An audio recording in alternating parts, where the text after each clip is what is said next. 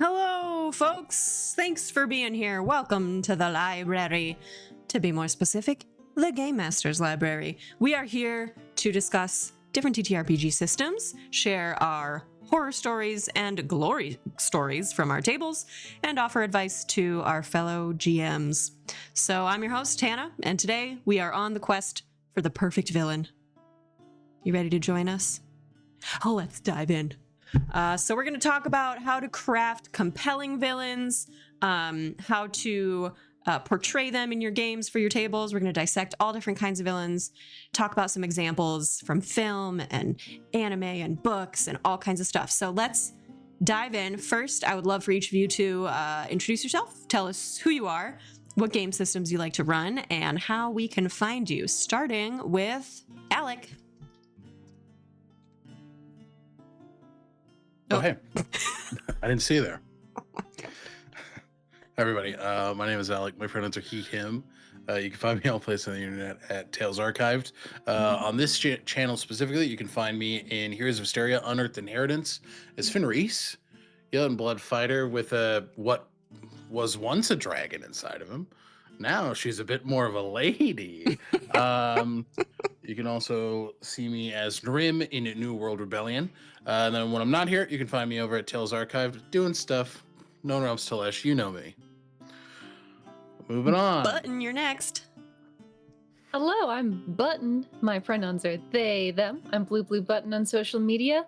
I play Cressida in Unearthed Inheritance. I play Amanita in New World Rebellion. And I play Shikpi in Outlaws of Alkenstar, which will be next week. I'm very excited to get back into it. And when I'm not on this channel, you can find me over on Tales Archived. I play Echinacea Belrose in Known Realms to Lesh, who has a bevy of villains that I'm super hype about.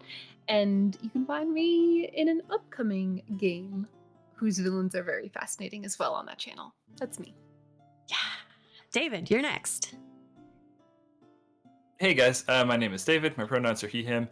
You can catch me here playing a lot of Pathfinder 2nd Edition, mostly across our Heroes of Hysteria games. It's 3 different campaigns. And our Outlaws of Alkenstar, which, like Button said, is going to be next week. And then I also play Jin, the cowboy that shields first and asks questions later over in our Terra Magia actual play. So check that out. That was last week already. Damn, time flies. Mm-hmm. Yeah, and occasionally I show up on Tales Archived, and maybe I will be playing several faces in some upcoming projects. So that's me. Last but certainly not least, Lycus. Nice try. Thank you. Yep, certainly least. Hi, everybody. My name is Rulet Hama Gonzalez Rodriguez. You can call me Ali or Lycus the Stratus everywhere else on the internet. You can find me Blue Sky and other things as Lycus. And also here playing Lycus himself as in the Sansi Saga, as well as DMing for the game that I have authored. I believe that's a correct term for this. I don't know. Totally. Terra Magia. And yeah. That's me. That's what I do. Awesome. Now I'm here to talk about some baddies. Oh, let's do it. Who's pumped? I think this is such a fun topic. Thank you. I think Alec suggested it. Love it. Thank you, Alec. What I want to start with is Hannah, who are you? Oh, well, I'm Hannah. I am, like I said, I'm your host. Yeah, you beat me. You were a nut hair ahead of me, Button. I was about to be like, you guys are so good. are? Thank you. So good. I am mostly here on Stealthy Elf Productions. You can find me occasionally on Tales Archived. So pretty much the same 3 places, guys. It's not that hard to find us. Okay. So getting into it, I would love if each of you could tell me 2 things. First, what's your favorite villain archetype? Right? There's lots of different ways you could go here. There's mastermind, there's pure evil, trickster, fallen hero, those kinds of things. And tell us maybe 1 to 3 of your favorite villains of all time from anywhere in media, anywhere at all. I think, well, does anyone want to start? Anyone particularly itching to get the conversation going?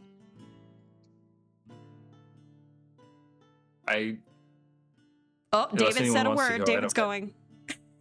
Sure. I was just gonna offer if anyone wants to go for it. Well, too late. You're But up. no, okay. Okay. Favorite villain type is pretty easy for me. I've been thinking about this one a lot since we discussed the topic. My favorite villain type is pure evil. I love a pure evil villain. I love those villains that don't really have a whole lot of backstory. They're just in and they're gonna mess things up, and you just know that we have to be opposed to them. You Yeah, know, it's simple, right? something simple. Yeah. It's simple. It's straightforward. It's great. So yeah, I love a pure evil villain. Can I ask you for qualifying questions on this one? course. Because as someone who wants to GM for you, I want to know. I want to know. Sure. So when you say pure evil, is it like a villain who is evil for the evil's sake, or is it a villain who is just like the thing that the villain is doing is so profoundly like evil that there is no like it's just clear, right? There's a clarity. Like Yeah. Yeah. I would say I don't mind either one. My preference would be towards one that is just evil for evil's sake. I think because evil is, and we just get very philosophical real fast, Let's do it. right? But it's hard. It's hard to kind of conceptualize that kind of stuff in our own world, I think. And I always want to, more than anything, have like epic hero stories. So I think you need like really dastardly villains, the kind who, you know, you don't want to really get to know them. For me, Cruella de Vil in like 101 Dalmatians, like who kills puppies? Like, you know, is a great example of like that's not really someone I want to get to know. And then they gave her a backstory, which kind of ruined her for me. But So, like the real world, the closest thing I can think of is like a troll, right? Someone who's trolling, right? Someone who's you just truly just in being shitty for being shitty's sake. yeah, I mean, yeah, they're I imagine they're getting something out of it. You know, typically, you know, the attention. But yes, I think that would be a pretty good example in like real world. You know, Not someone like who's not a just- redeemable bone in their body. Yeah, that's the tricky part, right? With like pure evil, that's why I really struggle to like try to ascribe it. I don't think we see great examples of pure evil in our own world. I think people are really dynamic, that kind of stuff. But the concept of something that is just so abhorrent, you know, that it just cannot be understood or related to, like Lord of the Rings. Sauron, for example, that's a good one. just a manifestation, you know, of pure evil. Just if we want to get biblical, I was about to say devil- Sauron actually has his reasons, and they're not good ones, but he does have them. Yeah. but they're ultimately again not good, right? So there's still it's evil through and through. Self-serving. Yeah, So evil who's just who are your favorite villains then, David? In pop culture. Sauron is one I'll put in for sure. Another one that kind of comes to mind would be like Kafka in Final Fantasy VI is pretty pure evil, who's just in it to destroy the world, right? Become a god and just be super self-serving more than anything else. Yeah. And really gets off on the cruelty, right? A third one is tricky. You don't need to come up with three. Just Yeah, wanted to kind of I'll get say- the gears turning. I'll put this one in there. Might be a controversial pick, but Godzilla. Godzilla tends to be, you know, again, not relatable. Doesn't really have much of an origin, right? But Godzilla nowadays gets portrayed as the hero all the time. But in a lot of the early stuff, Godzilla was pretty much the bad guy, right? Yeah, that is an interesting one. Godzilla I would put into the category, especially like the old Godzilla, where no one understood what the hell this monster was about. Why is it trying to destroy us? Yeah. Godzilla, I'd put in that category.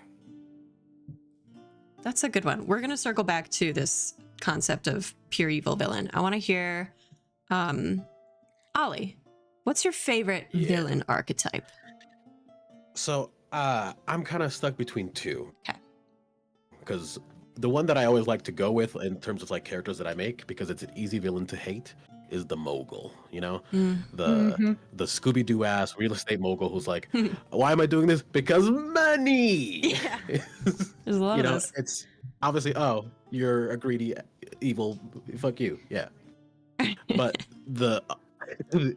in the opposite side of that, I also really like the reluctant villain, which is like I can try to remember the name of the movie, but fucking movie with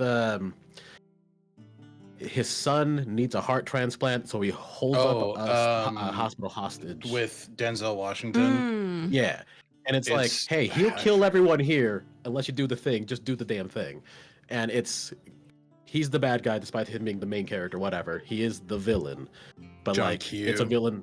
Yeah, it's a villain that no matter what, you understand the thing, and it's like you want them. They need to lose, and finding a way to make that character into any game or any story properly, where it's like, you know, the heroes have to win and you want them to win, but at the same time you're like, I don't want the bad guy to lose. And I always think that makes for a fun dynamic. Yeah. Yeah. Also, a villain that is weirdly in the middle for me for both of those ideas is in Gurren Lagann Lord Genome, where I don't know this he's one. like, so the beginning villain in Gurren Lagann is Lord Genome. He's the king of like the land basically, and he's like, humans, bleh, whatever. I control everything. Fuck humans, ruin their life. Classic. And then classic shit. He also looks so villainous.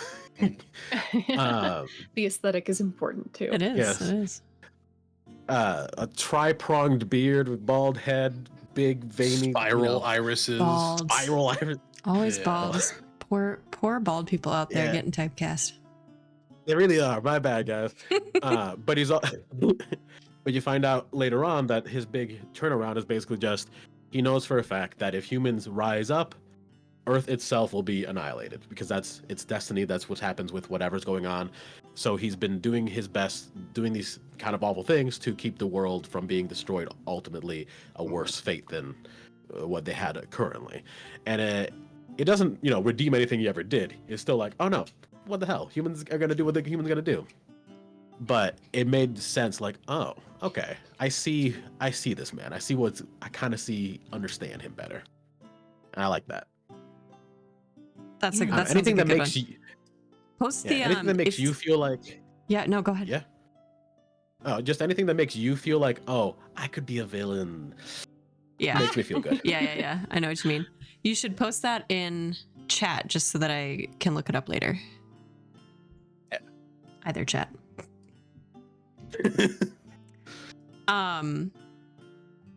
What about you, Button? What's your favorite villain archetype?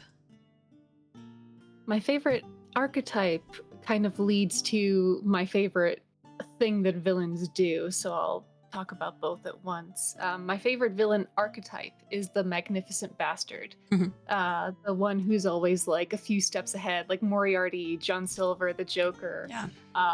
Some figures in Full Metal Alchemist Brotherhood. I don't know if I'm allowed to spoil things. I feel like it's old enough.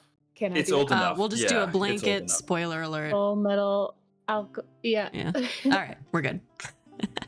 The Alchemist's in there. Like you should watch it, but if you haven't, I'm gonna spoil things. Yeah. Wrath is one of my favorite villains. That's a good one. And then obviously like the figure he's connected to. But I really love villains ultimately who have stake and investment in the protagonists. Mhm. And all of those examples, Moriarty, John Silver, the Joker, they all do very much so.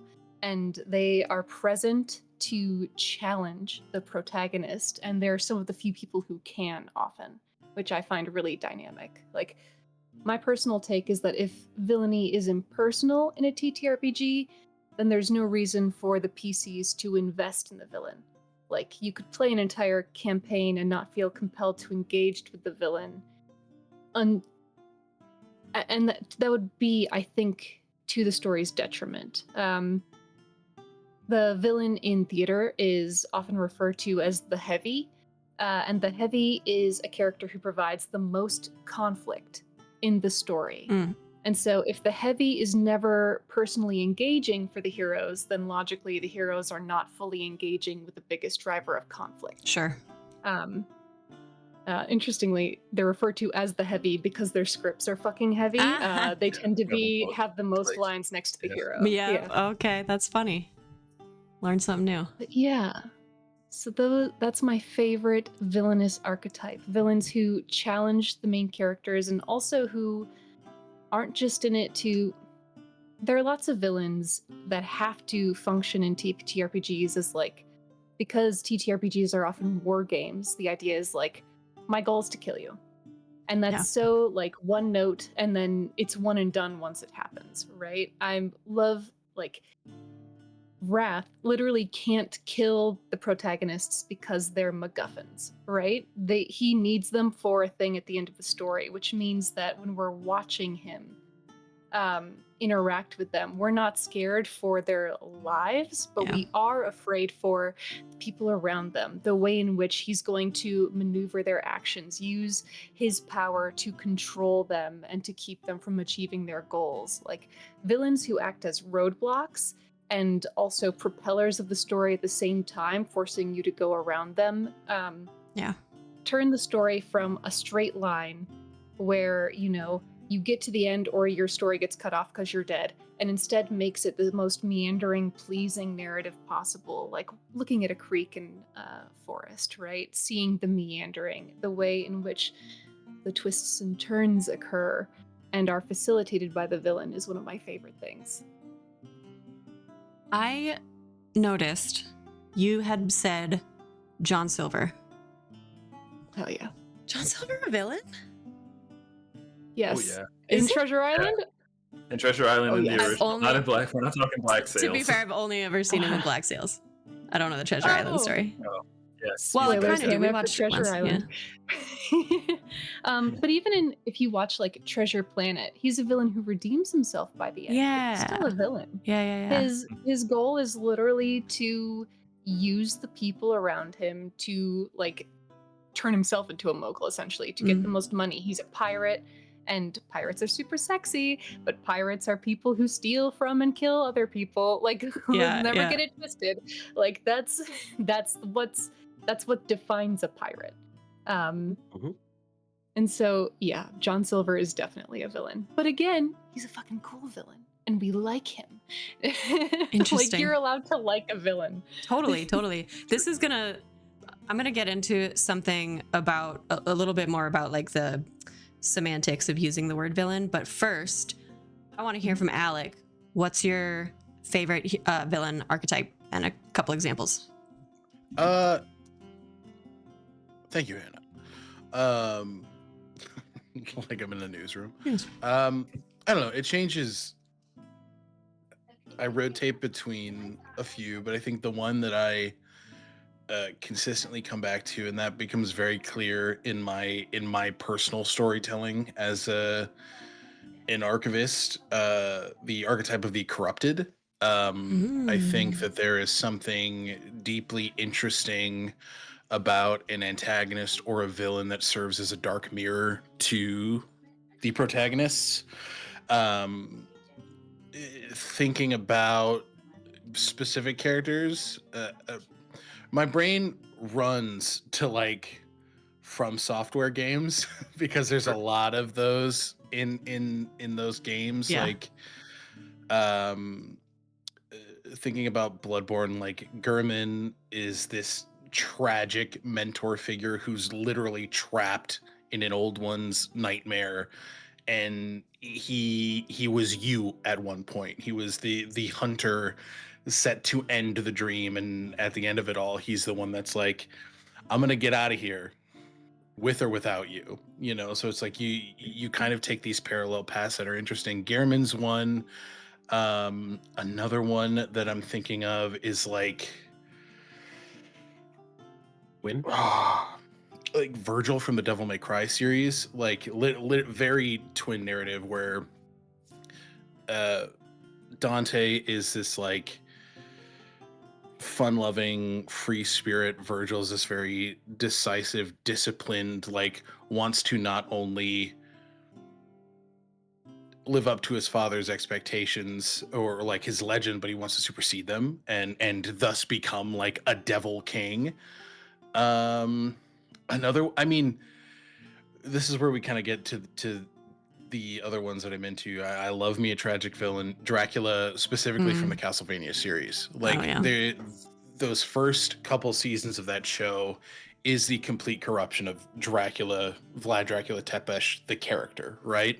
He starts on this high and by the end of it is like this dark shadow of himself. So yeah, I love me a corruption. Yeah, that's juicy. I'm going through a Rolodex, like Vincent from Cowboy Bebop. Yeah, the movie is one of my favorite villains, and his is So like all good. about being corrupted and like seeking his way out. What about who's the okay, so again, like I'm hesitant to call this one a villain, but oh frick, I'm forgetting the name of the show. David, it's an actor you love. It's a Fallout, the series that they made. Sure. Oh, the Ghoul. The Ghoul. Yeah, the Ghoul. He's a villain. Yeah. Yeah. He's a villain. He's a glorious bastard and a corrupt. Like, yeah. Yeah. Like, yeah, absolutely. I think he's a perfect merge of those two villainous archetypes. Yeah, which is a good point. Is like there's one villain can be many archetypes, right? Absolutely. What Tend to be if they're written well. Right, exactly. They should be. So this was a conversation David and I were having as we were kind of gearing up for this episode. The term antagonist versus villain. Mm-hmm. I think we can probably agree that they're not the same thing exactly, right?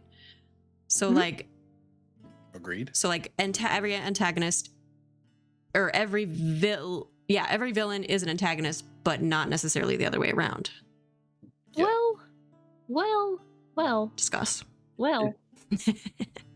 So if we look at something like Macbeth, the hero, Macbeth, is a villain, but he is the protagonist structurally because it is his story. Good point. Sure. But that doesn't make him a good person. Protagonist and antagonist are structural, right? The protagonist is the subject of the story, and the antagonist is whoever is against them.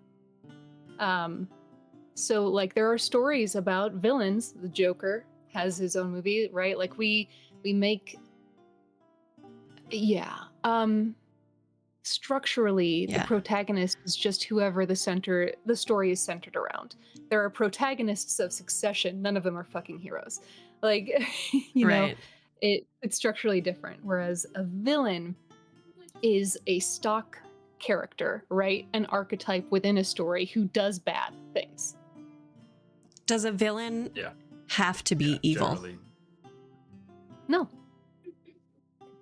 Then what is so then let's talk about like what makes a villain a villain.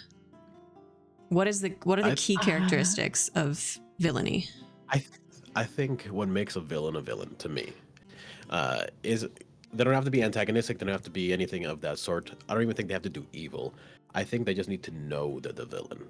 They need to have a swagger about them that says, this is the wrong thing to do, and I know it, but I'm gonna fucking do it. Interesting. Whether it's, like I said, sometimes it's reluctant, sometimes it's very, like, purposeful, like, you know, pure evil, whatever. But I think the villain, like the true villain, not just an antagonist, the villain knows they're a villain. And they have to deal with that however they deal with that. Oh man, I fundamentally disagree. Uh-oh, discuss. Yeah. That's tricky. Because I feel like we can find pretty good examples of that not being the case, right? I see what you mean. I see what you mean, Alec. And I'm thinking for whatever reason, the first one that came to mind for me was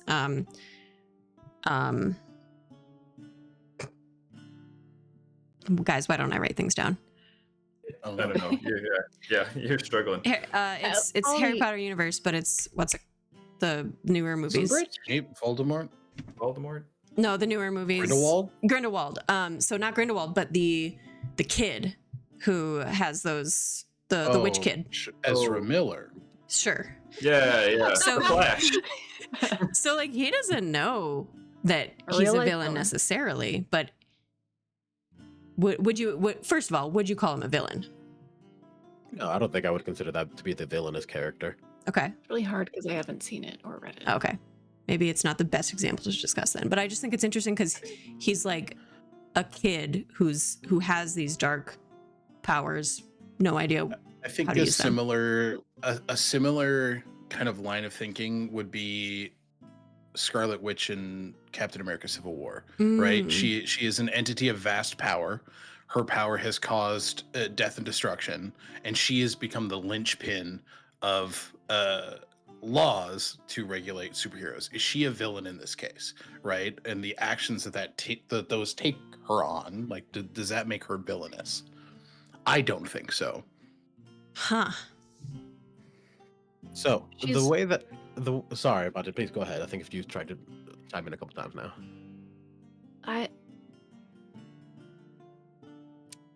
If every villain thought they were a villain, then lawful evil wouldn't be a thing.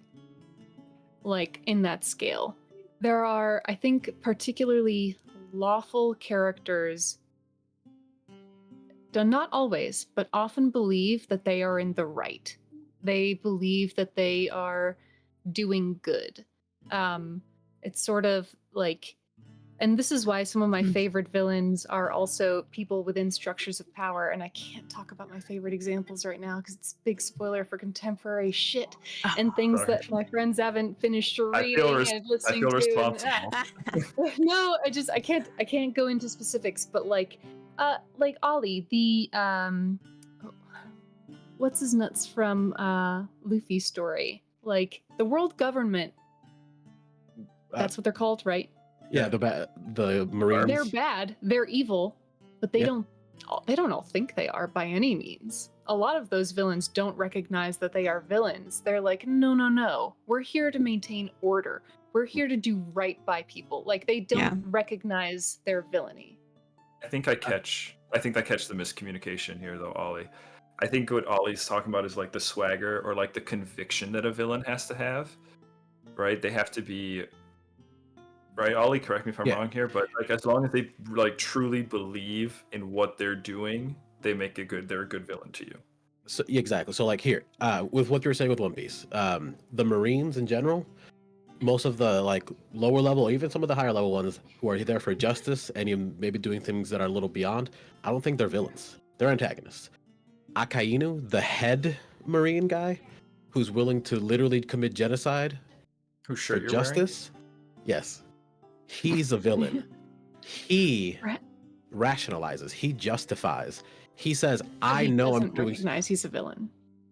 No, I don't think he's saying I'm a villain. He's saying I'm gonna do villain shit for good reason. But he understands what he's doing is wrong. Otherwise, he wouldn't rationalize. What if Yeah, it? actually, What if rationalize, you know you're wrong. He, What if but you? he does rationalize, like, sorry. Let me propose a rephrasing. Sure. The villain maybe has to know that they are opposed to the protagonist's story, goals, whatever you want to call it. Does that fit better? Maybe I just mean the idea of like I think a villain versus an antagonist, because both are typically in opposition, not always, obviously. Mm. But I think the difference is a lot of times the antagonist can be very like the antagonist could be the protagonist of their own story.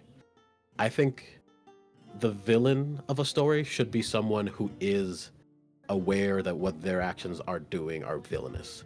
Period. When Like, you say villainous, do you mean evil? Like just to not Yeah, use the word villain in the descriptive word? that are evil, that are condemnable to some extent, I see. and fully willing to commit to those to that state of being condemned. Interesting. So so it's like an awareness of being in an oppositional position to most someone part, else or yeah. some other force. But Yeah, because I feel like if you're a truly unaware villain is not a villain, they're a pawn. You know? sure. I think I just fundamentally disagree, but I understand where you're coming from. What do you think makes a villain, Button? What I said earlier, just the stock character who is in opposition to those doing heroism. Yeah. Right? Villainy is literally just the character recognizably doing the most wrongdoing within a story, in a way that provides conflict to the hero. I don't think that, like, in as much as the words antagonist and villain aren't identical, they are synonyms. It just is the case that, like, you know, an antagonist is always going to be the person structurally in the story who's against the protagonist, and sometimes there are evil protagonists, right? Yeah. So I think that kind of comes back to a little bit of the earlier little classification thing that Hannah said, where it's like all villains are antagonists, but not all antagonists are villains. But some We don't have villains to- are protagonists. Some villains Like are, but I Macbeth. think Yeah, true. Yeah, I think So ultimately not all it's gonna come down villains to the are perspective. antagonists. Some of them are protagonists. Yeah, I think ultimately it's going to come down to the perspective of the story, because you can easily tell a perspective of a story from what we as people would consider bad people, right? So like you could tell the story of like a group of bandits, you know, and explore their dynamics. In that case, cops and law enforcement would be the bad guys, right? Because then they're in the story's position, right? The bandits are our protagonists, the cops are our antagonists, right? But that's why it's tricky to put in like the qualifiers of like good and evil, right? Mhm. Because again, that stuff is context specific sometimes, right? Yeah. That's why I think I was trying to come up with a concept that is devoid of like narrative structure and is dependent on the character's perspective. Yeah, You know? that makes sense. But that's also, you know, obviously it's flawed. We just went through that. We're We not. just It's talked okay. about We're it. not looking for perfect by any means. It's just a fun discussion. I do We're have. just discussing. I have a definition that I want to read to you guys. Something to, at the very least, react to or critique. But this is the definition by the American Film Institute. So this is specifically the storytelling medium of film. So AFI defines a villain as a character or characters whose wickedness of mind, selfishness of character, and will to power are sometimes masked by beauty and nobility, while others may rage unmasked. They can be horribly evil or grandiosely funny, but are ultimately tragic. I'm going to copy and paste that in chat so you guys can noodle over it. That's a lot of words It that I is, don't think it I is. necessarily agree with. Yeah, okay. Yeah. Yeah, I was really One of those artfully definitions written. that, like, yeah, exactly. It's one of those It's got a definitions that nice really, like, sing-song covers to all it. their bases, I'll tell you, right? they So they're they like, used "Oh, this whatever you definition. say." They use this definition specifically to assemble a list of like a top 100 villains of the 20th century. So it's like So it's a catch-all description. it has to be, yeah. It's a Yeah. But I thought it would be an interesting place to bounce off of. So what do you guys think? I don't agree with ultimately tragic. Ultimately Yeah. tragic. I think Yeah. I think I thought that was so tragedy. I think tragedy lies in the knowledge and regret in your moral betrayals, like in betraying your morals, right? Or like being able to see that there was once and obviously like moral good and bad become very messy because it's dependent on the person, right? But like thinking about the basics, like we can agree that someone like Darth Vader is a tragic villain, right? Manipulated since youth, put into a terrible situation. And then you look at, you know, I'm trying to think of like an example that isn't too uncouth. So let me there's cook. If somebody else wants to talk, go there's a ahead. lot of like fairy gonna say- tale villains. I think are not very tragic. They're just more in that like pure evil kind of lane. I am evil because this is what I am. Yeah, Like, and this is- the purpose is to just be that foil to the hero, right? Mhm. Yeah, there are victories that heroes have against villains that don't feel tragic at all. Like that are completely absent of tragedy and the catharsis that is inherent in tragedy. I Mhm. just don't think that's universal. Yeah. Villains. Agreed. Yeah, I think part of me wonders if maybe this is one of those situations where tragic has a specific definition in their. Yeah, in does their, AFI like, have a specific Yeah, tragic like definition? if Doesn't tragic say. refers to like a character who like loses from what would be their story, then I kind of get what they're going for.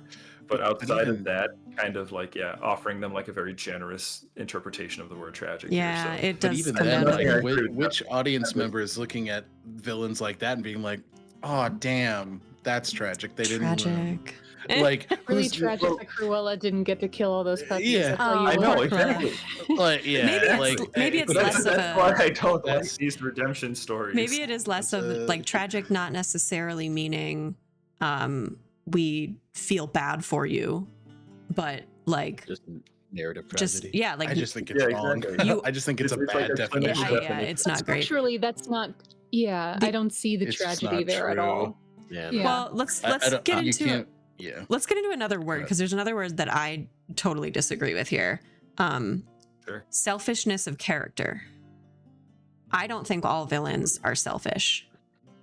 I And they think don't. the best villains are. I Yeah, I don't think this definition says that either. This- I think yeah.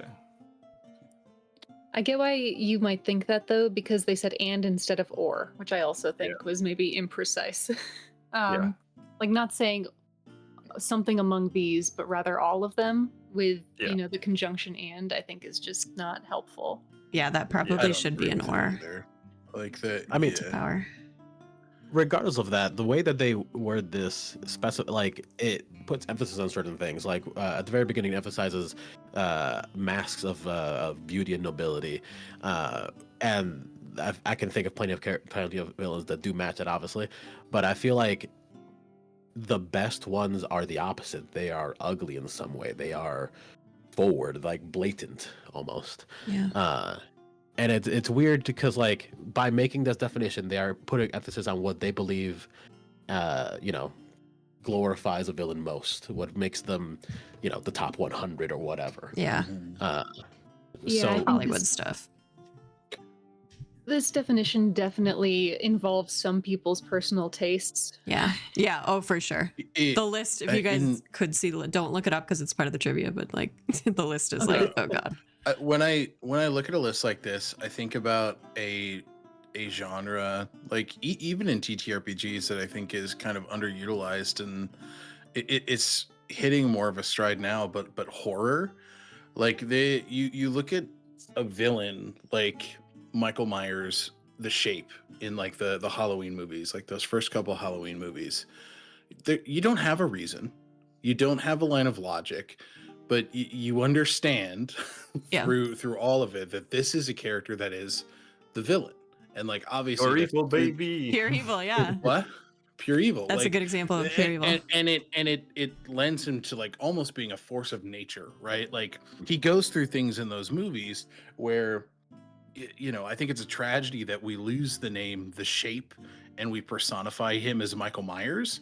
Like in those first two movies, he's The Shape, and it's like he has been shot in the face. He got bazookaed in the second one, like, but he finds a way to come back. So I don't know. I think, all to say, I think this definition really like Kind of blows. yeah. L description. Alex, you brought up It's one something of that I wanted to bring up because I beforehand wrote down some stuff that I thought was important for villains, and like there are typically like 3 villain types, like not archetype, but just even higher types. Sure. That I try to like separate them into in my mind when I'm coming up with like what I want to do for a villain, and it comes down to like kind of what they embody. So like either human nature, force of nature, which is what you brought up, or like the unknown. Mm. Uh, Mm-hmm. and I feel like because those three concepts are kind of pretty much embody anything. Like Darth Vader in Rogue One is a force of nature, Yeah. but in like At least some of he's the other portrayed movies, that way, right? Like exactly that that is the hallway embodiment. scene is like there's no way in hell he's a hurricane going through it, that small space. Like they can't stop him. I get what you mean. Exactly, but like in the end of the episode 3, he's human nature, the villainous form of that. You know, he's fear and this and all these nasty little parts of humanity. Or then you have like things like Cthulhu, or that are the unknown, or like the Terminator. I would classify as like the unknown, or at least from the first movie, where it's just like this fear of the future, of what technology could become, of not knowing what it is but could be. That fear is what that villain embodies. That is why I talk or about like that a something mentioned it. otherworldly, like the Vecna in Stranger Things. Mhm. Just something coming from a different. I like the Cthulhu example too. Alien shit. Yeah. Those villains, though, as good as those kind of villains are, and again, a lot of them do end up falling into like the pure evil category, because the protagonists really have no idea who these things are, where they came from, and their purpose just seems to be, from the perspective of the protagonist, generally just outright evil. But kind of like what Button was alluding to, I think, with the payoff that you get when you run these kind of villains, is that they don't make for like long-term stories, right? Yeah. They're good for like a really big flash, a sudden like, oh shit, things are serious, right? But if you're looking from a campaign perspective, something like a Magnificent Bastard, just to kind of bring this back to like actually crafting villains, Yeah. something like a Magnificent Bastard who will like banter and like stretch things out as part of a plan, And right? draw the table in, right? Because that's Exactly, what you want to use them for. Yeah. Yep. But definitely, like, horror movie monsters are a great example, I think, of like, pure evil villains who just boom show up, they freak you out, you deal with them. But in a campaign, that's typically how it would happen, right? Unless it's like a reoccurring thing, and you create a mystery around it, which you could, right? Yeah. But There are generally, monsters structured to do that, and in games that are really fun. Yeah. Yeah. Yeah, like the perfect villain. I think the perfect villain is ultimately one that your characters are going to have a fun time beating up. Yeah. That's the perfect villain. For TTRPGs, to bring it back to what we're doing here, kind of. Yeah. Totally. Yeah, you got to play to your audience, right? So Chuck, hey, you know what? This is going to come back to the moral of the story of this whole stuff: is talk to your table. Talk to your table. Right? Exactly. Talk to your table. Table talk is find good. out. Okay, guys, what do you think would be a great piñata? What do you want to hit? And one thing that we've alluded to a few times already that I want to dig into more is like the evolution of a villain's who starts in one place and ends in another. Maybe they start as a hero, for example, and by the end they're the fallen hero. Or maybe they become a lot more tragic over time, How do you feel about telling villain stories either in that direction or in the opposite direction, where they are they start as a very redeemable character, a very potentially good person kind of deal, and just go down the slope? Do you prefer, my question is, do you prefer to tell stories good to bad or bad to good with a villain? What's more interesting to you? It's about the table. It's about the story they want to tell. I can't pick one, because then picking one would be railroading the table, right? Like ultimately, like TTRPGs are collaborative in nature. If you're like, this is where the bad guy's gonna end up, then you're saying, and nothing my players do can influence that. Yeah, and that that makes the story less collaborative intrinsically. Totally fair. I do find so I do think there's an interesting phenomenon where the table's perception may change depending on scale of villain. For example, if you give players like low-level villains fights that they're gonna easily win, and it's a villain that they can keep in check, they're gonna adopt that villain. They're gonna keep that character around. They're gonna save that character. They're gonna spare it, and then they're gonna keep that character around. But then you get to like BBEG level. The big thing is having these characters having some sort of presence that continues to irritate the players enough that they feel like, okay, we're going to enjoy taking this person down. But at the same time too, it depends on the table. Like you could also have a table that says, we really understand why this person is the way they is, that we can redeem them, right? So What's extra interesting is when half the table thinks that and the other half of the table is like, no, we gotta kill him. That is it. That's is where really story emerges, I think.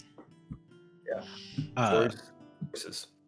I personally find myself being a little more like choosing a side regardless. Like, I understand, and I agree, obviously, we collaborative storytelling, blah, blah, blah, who cares? I like...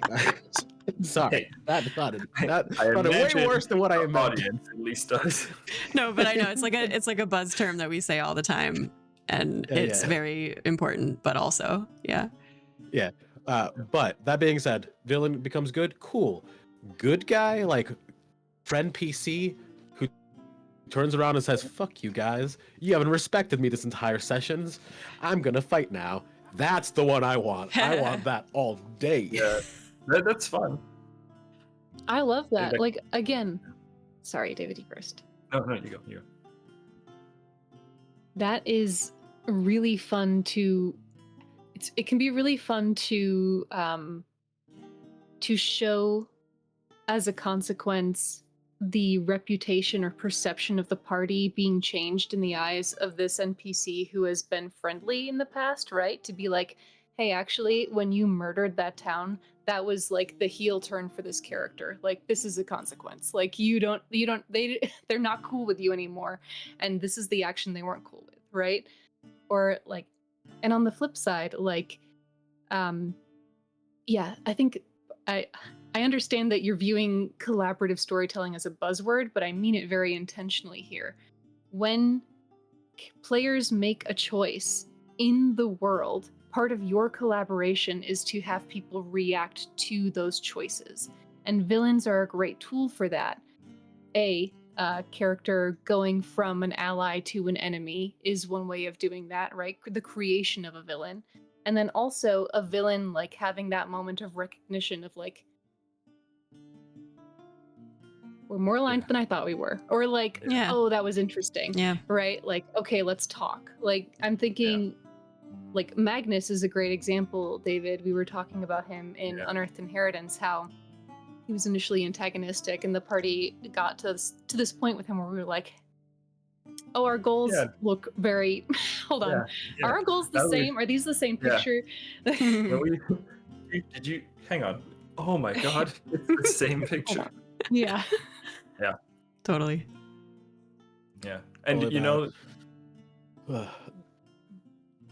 I was gonna say, I also, to give you, to kind of bring the point around though, you do also have the situations where you have like, ally turning villain.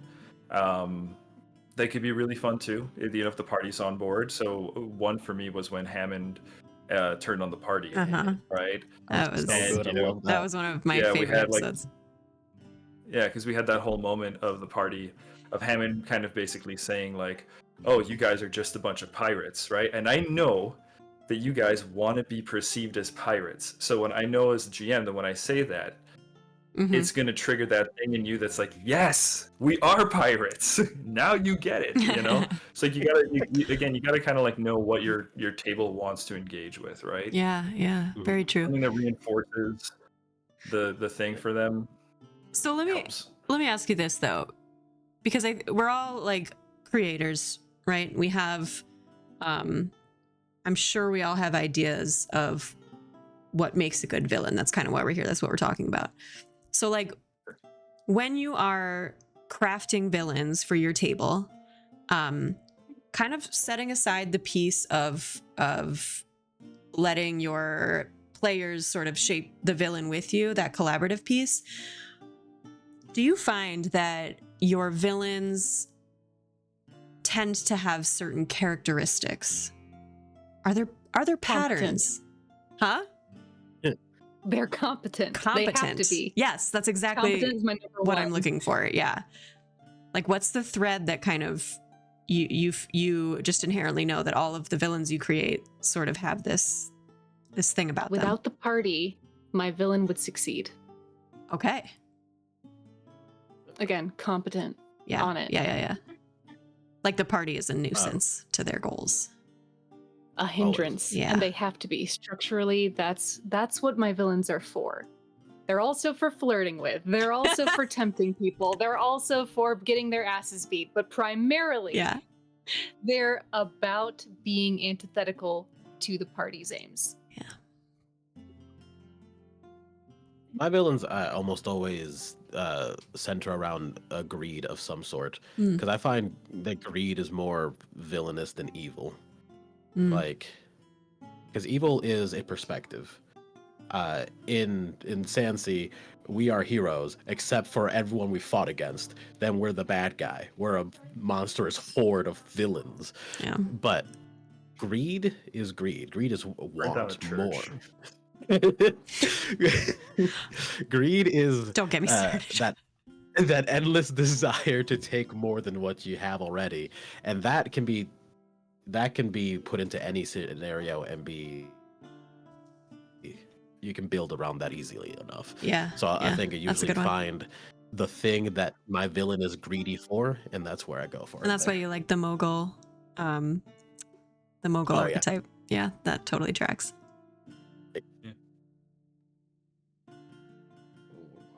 Anyone else? Alec, Dad? Yeah. I mean, I think come on in, son. serving as yeah, Button said it perfectly, and I'm in complete alignment where it comes to like opposition. If it weren't for the the heroes of the story, right, these people would get away with what they're doing, and that is I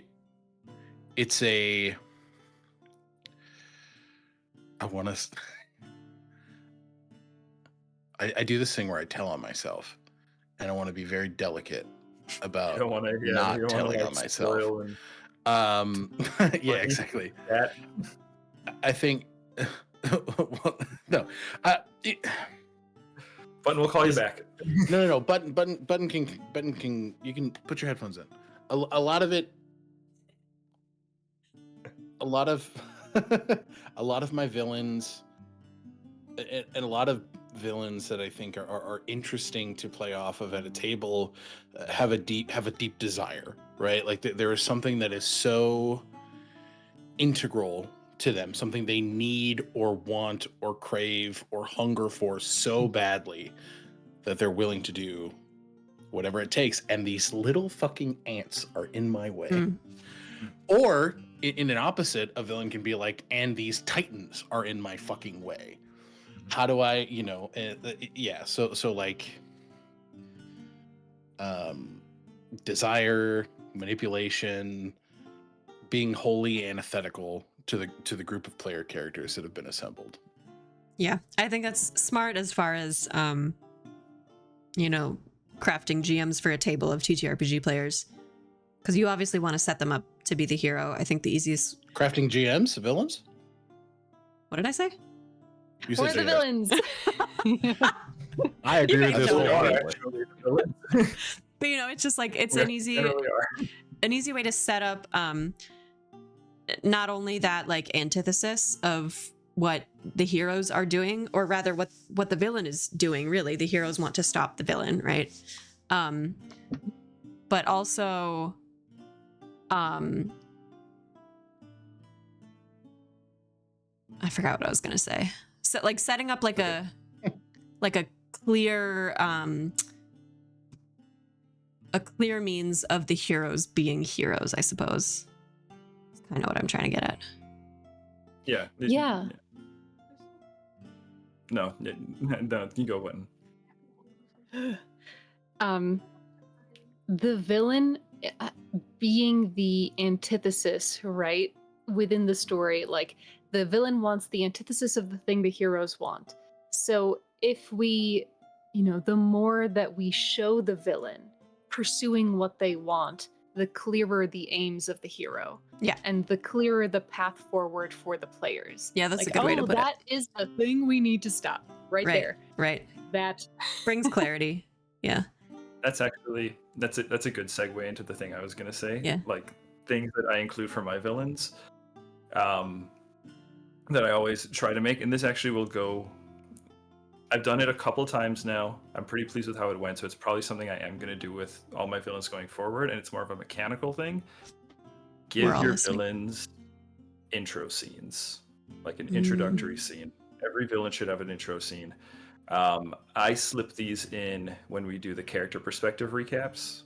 So when we're doing like the boss stuff is breaking down, like just before, you can always tell when we're about to go into a boss battle because the recap I'll do is from the villain's perspective, right? So it lets us know what was going on for the villain on their side of the story. But generally too, because of when the PCs are, encountering the villain, to some extent they've succeeded up to the point where they've become an issue for the PCs, that the PCs have to deal with them now, right? The PCs are there for a reason. So you can also use that to show your villain, kind of being a little competent as well, like Button was saying, because they've achieved at least annoying somebody, so you can have them get that little bit of swagger in there too. I think a good villain introduction has to, like Ollie kind of mentioned too, the villain has to show some swagger in their intro. Right? And the nice thing about doing it in a scene is your PCs can't fuck it up, because that will happen. If you decide to do a cool in-game scene, you're going to have a PC that goes, so as a reaction, I can do this. And you're going to be like, well, villain intro is going to die. Oh, yes, the magic of dice rolling. That's where I like introducing something that Abria Iyengar does really well. Something you don't see, right? Like picking up I'm torn moments. about those personally, but yeah, I do see how they're useful. There's an opportunity to create the above table knowledge of something happening within the world, right? Because we all, back to the point that Button made about collaborative storytelling, right? There is an element of understanding of, we know this entity is bad. Here is a peek at what they're doing. For me, it's a fun way to build up that anticipation. It is a fun way to build up the stakes. It is a very fun way to, even like looking at last session of KRT we did, we ended the session proper with Zio going through an elemental gate, Istrus, who has been like an antagonistic force since episode 1, and then Helitis circling, peering down, looking at Zio, happy for them, but then looking off to see the threats that have been there bearing down on the Scorched Isle, right? An indication from not just the characters in the narrative, but the players at the table that, like, okay, this is the prime focus now. Yeah, We are lock in. going lock in. The villains are here. We had a nice little party. We are going into the fight. So a fun little, like, ooh, I'm spooky. This is scary. Like getting to just show that. But I know they're not for everybody. It's just a tool that I really like to implement. Yeah. But like all tools, it comes down to, I think, like, when and how you use it, right? Because what I describe doing is essentially the same thing, right? It's what you don't see. I just put it in the frame of a recap, right? So I think using it sparingly, where you're only gonna you're gonna give the villain a chance to show off a little bit, is the point where it makes the most sense. Right? And it depends on the to bring it back to GMing, it depends on the system you're using, because something like Fabula Ultima, actually the villains get a lot of screen time. They get a lot of screen time. They Structurally, it matters, and that's They're why, the like, heavy. villain, like, Fabula does a great job. It's a system that's so good for heroes and villains, in particular. I got another just quick suggestion in terms of like how to really make your characters, your players want to really punch your villain right in the face. something I'm doing with our game in Terra right now is you're literally walking through the aftermath of your villain's choices. Yeah. Mhm. You know, you're seeing the leftovers, the remnants of the pain that they've caused, Mhm. and then you get to the villain, and they are chipper or feeling good or just in a good place, Yeah. and it makes you want to hurt them. And I You gotta show like, competence. So like, Huh? let You your gotta show competence. show competence and let your villain win a little bit to light a fire under the heroes. It's Otherwise, not you're even just let bullying. your villain win. It's show where your villains won, right? You're not letting them win against the party. Not a Whatever capital happens with the W, but party like, happens. yeah. Yeah. Yeah. Show why you can't let them win as players. Like show what the fruits of their labor are in places where the heroes weren't. Yeah. The consequences Yeah. of not Another- being there to save the day. Another good thing you can do at this moment too is you can even show a little tease of what the villain's powers are Mhm. as part of this, so that the party also has an idea of like, it kind of, again, given that above table knowledge of like, oh, we got to prepare and lock in for this. You know, like, oh, this person uses, this kind of stuff. And again, it shows competency as well, but it also shows why the villain in particular in this moment is going to be a threat, right? Potentially, right? Yeah, introing a villain is important. Good villain intro is important. Mhm. I also just, and this happens a lot more in intrigue campaigns, but also allowing, you don't have to tell the party who the villain is. That's my like maybe kind of hot take, is that you should be able to show, not tell. Like let the party figure out who the villain is, in part by seeing the fruits of those labors, right? And like the fact that the party can have been interacting with a villain for sessions upon sessions and then be like, oh, it's fucking you. Yeah. Like that's one of my favorite things, the realization moment, like the Yeah. light bulb of like, oh no, that we cannot let that stand. We cannot let that happen, especially if they've built up interesting rapport and like Yeah. different dynamics, right? I like Ollie, you were saying earlier, like I love it when part of the party is like this NPC rocks and the other half is like, I fucking hate that guy. Yeah. And like Yeah. there were like when the party then figures out like, oh, you're the one like kidnapping children or something, Yeah. right? Like you were doing just this bad thing. It's so cool to see the fallout from there. Yeah, Totally. agreed. All right. I told you so. I think we could probably keep talking about this for ages and ages and ages, but I want to get to your crit fail archives. So we're going to take a little transition here, and I'm going to ask each of you to, if you have one, no worries if you don't, tell us a little story of a villain gone wrong at your table, or a villain that flopped, or something along those lines. Who wants to go first? I got one locked and loaded. Do it. This one's been haunting me for 12 years. Oh no. Almost 12 years, Oh boy. which is crazy. It was to paint a picture, it was the first game I ever played of D&D, which also happened to be the first game I ever ran of D&D. I had set up an entire campaign of like political intrigue and like unrest, and the ultimate goal of the party, who have all been falsely accused of crimes and arrested due to this unjust and like corrupt elven queen. They were banding, very Suicide Squad. Like their session one started in prison, they all broke out and they all were like, yeah, fuck this bitch, we're gonna go. My first mistake was handing out a deck of many things in session 5. In Five session decks of many things. no in session 5 it was only one deck, but Early on. So they had it episode 10 or session 10, they used it. 3 wishes. Naturally. Session 15 or so, Yeah, right. we make it into a part of the kingdom that like very King's Landing, right? So the poor people hate nobility, but the rich people love nobility.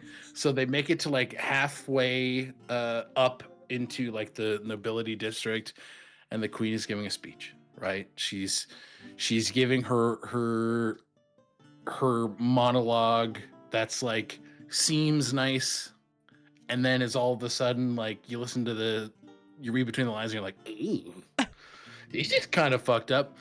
And one of my players goes, "Hey, bud," and we're playing in person, so he literally leaned over and was like, "I have a question."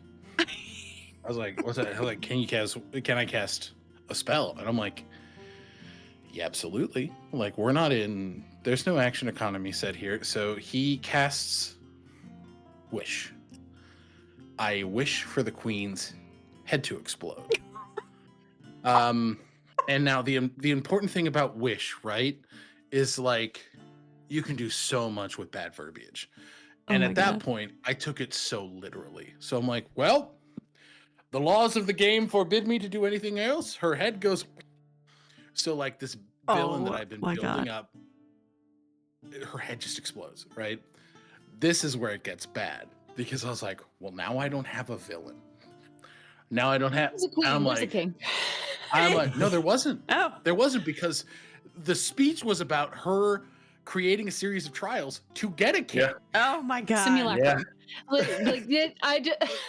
understand. You were. yeah. It was your first time, but I like was bad, but yes, obviously. no. No. What I'm saying is you're right, because if I had run this now, I would have been like, there are ways to get around this. Right. Or intrigue is a thing, and now there's a political vacuum, right? There are so many ways you Absolutely. can take it. Absolutely. I went full crazy. I was like, this guy who is your friend, all of a sudden an evil lich from an alternate dimension, and now he's invading the planet. It was bad. The campaign ended the next session. Oh my gosh. That was it. Oh, that's awful. No. It was. Hey, you know what though? Man. It does make sense for a campaign to end after taking out the BBEG though, right? No. Well, yeah. So technically, they did the thing. Technically, a successful and they did campaign. it. Yeah. That's so funny. That's me. Oh my god. That's awesome. Just that wish spell is so OP. I can't Wish believe it spell. exists. It's so important not to, like, as a player, like, exercise fucking control. Like, especially, like, Yeah. it depends. If you're invested in telling the story, exercise. Yeah. It depends what Yeah. kind of table you're at, right? Yeah. 'Cause it is one of those games that will just throw everything for a loop. It's like a session-ending spell at times, right? So, yeah. Oh my god. All right. I'm so curious to I hear. got a story. Oh, okay. I got a story. Yeah, go. This one's pretty easy because like 75% of you were actually here for this one. It was Talode in Sansi's Saga, my first Sansi's like first villain to ever come out and be like, "Welcome, heroes!" And you guys go, "I'm gonna grab him and jump off the cliff, and I'm gonna survive with 1 health because of the rules." That Oh, would be man. Captain Lycus D. Stratus. How's it That going? was That was when Yeah. you really established your move. Yeah, plan A. Yeah. That's plan A. Plan A. Grab him and jump off the thing. Yeah. Listen, if you That have was- that, what is it, Relentless Endurance or whatever? That's the Mhm. 5e version. Yeah, If you got it, it's so hell, fun. use it. I loved it. Yeah. I love that move, and I can't wait to see you do it throughout the campaign at unexpected moments. Well, the first time it landed was very Literally. like, wow, this guy I had spells ready. Yeah. Right? I mean, there was still the giant ape that you guys got to fight afterwards, which was fine. But I remember very clearly Button saying in chat at one point, "Well, now David is never going to put his bosses next to cliffs." And I was like, "Yep." And Yep. since then, I have not put bosses next to cliffs. You live and you learn, right? Yep. Okay, Yep. Because that is a brutal tactic. I've been so curious to hear Lycus's story. I would love to hear what you have prepared for us. So I reached out to some friends on a different Discord server asking if any of them had any stories, just because I have a horrible memory and I'm having a hard time recalling my own. So a friend of mine named Kurt, they provided me with this story. where he was not the GM, he was a player, but the GM provided this villain, and it'd been a game where they had played for, I don't know, maybe a handful of sessions, I believe, and the villain was big, evil, big, powerful, all this stuff. And when the GM introduced him, he introduced him as like this regal, mastermind style villain. And for some reason, he said something along the lines of like he had black hair like oil and this and that. And the players decided that meant he was a greasy boy, and then they just made fun of him for the entire session Oh my god. as being a little greasy boy. And he the GM tried to like apparently stay in their character doing their thing, and then brought up like they was getting to the like the switch in the villain where it's like time to switch to like plan B sort of thing, and like you could get a little more of the narrative, and apparently it's something to do with like following in his father's footsteps. So they switched it from just like being a greasy boy to being a greasy nepo villain. And this apparently led to the GM unfortunately getting real upset and leaving. Oh, no. Oh, poor And buddy. I'm just like, You just oh. gotta roll with it. And then, I mean, if it's a powerful baddie, let like Yeah. the event speak for Yeah. themselves, right? I don't know. I think there's nothing wrong with players ribbing my no, I don't- baddies, right? Like, I think Yeah, it's no. kind of fun. 100%, I agree. Yeah. I think this is one of those stories where it's like, oh boy, I understand why why the GM was upset, but I also 100% am the players. Yeah. Yeah. Identify. yeah. Yeah. That's relatable. And more than anything, the reason why I just tell this story, because I got a few of them that came in, is just because I feel like this has to be like a warning sign on on anyone who wants to GM. No matter how cool your villain is, and they're gonna be awesome, I believe in you, they're gonna be ridiculed and talk shit to so hard. You're gonna feel like Yeah. you're being bullied on the playground. This, Telling you. yeah. Intro scene. No Scene. PC. But like I don't even, it's also like as a player you're like, this is a coping mechanism for being a little Yeah. scared about what's about to happen. Yeah. Right? Like, and Yes. I'm fine with people doing that, right? Like I think that I don't know, it's important to take yourself out of like let the if your baddie is cool, let the cool speak for itself, right? Yeah. Yeah.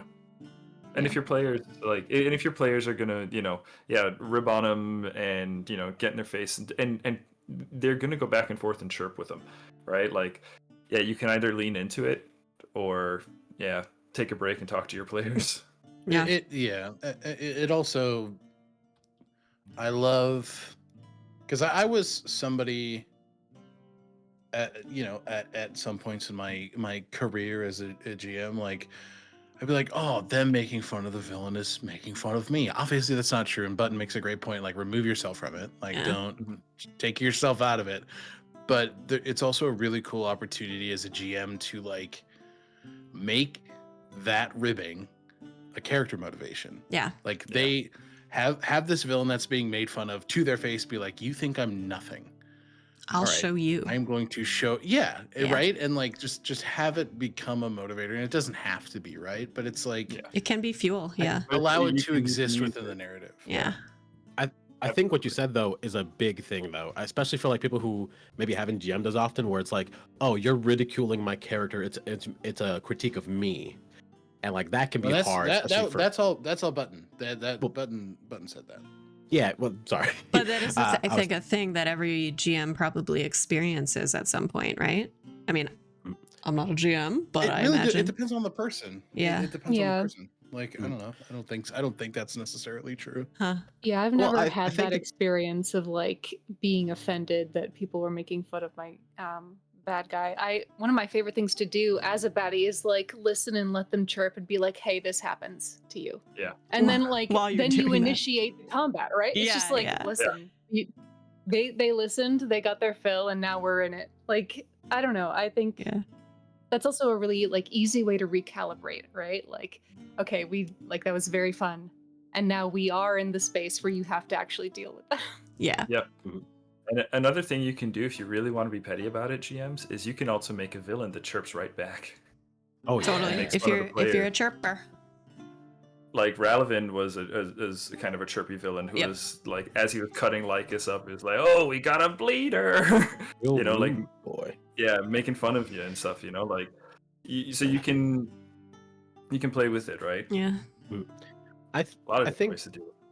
I think a big part of what, like, one of the reasons that this story I thought was interesting more than anything is just like we've already talked about. It can be it can make you feel bad, whatever. But also, I feel like for GMs, a lot of things that we do, we put a lot of time and effort into making something that we think is this thing, and we get very committed to this thing, and it's very Mhm. exciting for us to share it with people. And sharing something that you made out of your own, heart and soul, it can be very vulnerable. Yeah. And if you put that out there and it gets a response that you just makes you feel off, I mean, I understand why they got upset and left, but I also think that later on they'll get older and realize, oh no, that was just gonna happen. This is gonna be the norm. Yeah, I think that's just the like practicing empathy with your players, right? Like, I don't know if I've ever played a game where the first response to a villain, even if the villain was cool, like incredibly cool, was like, oh, sick, right? Yeah. No, you get a fear response. Yeah. And then people cope however they do, right? Like, I think, yeah, I don't know. I guess just, I understand that there is that vulnerability, right? And you want people to think that the thing that you think is cool. And whether or not they do, I just think that at the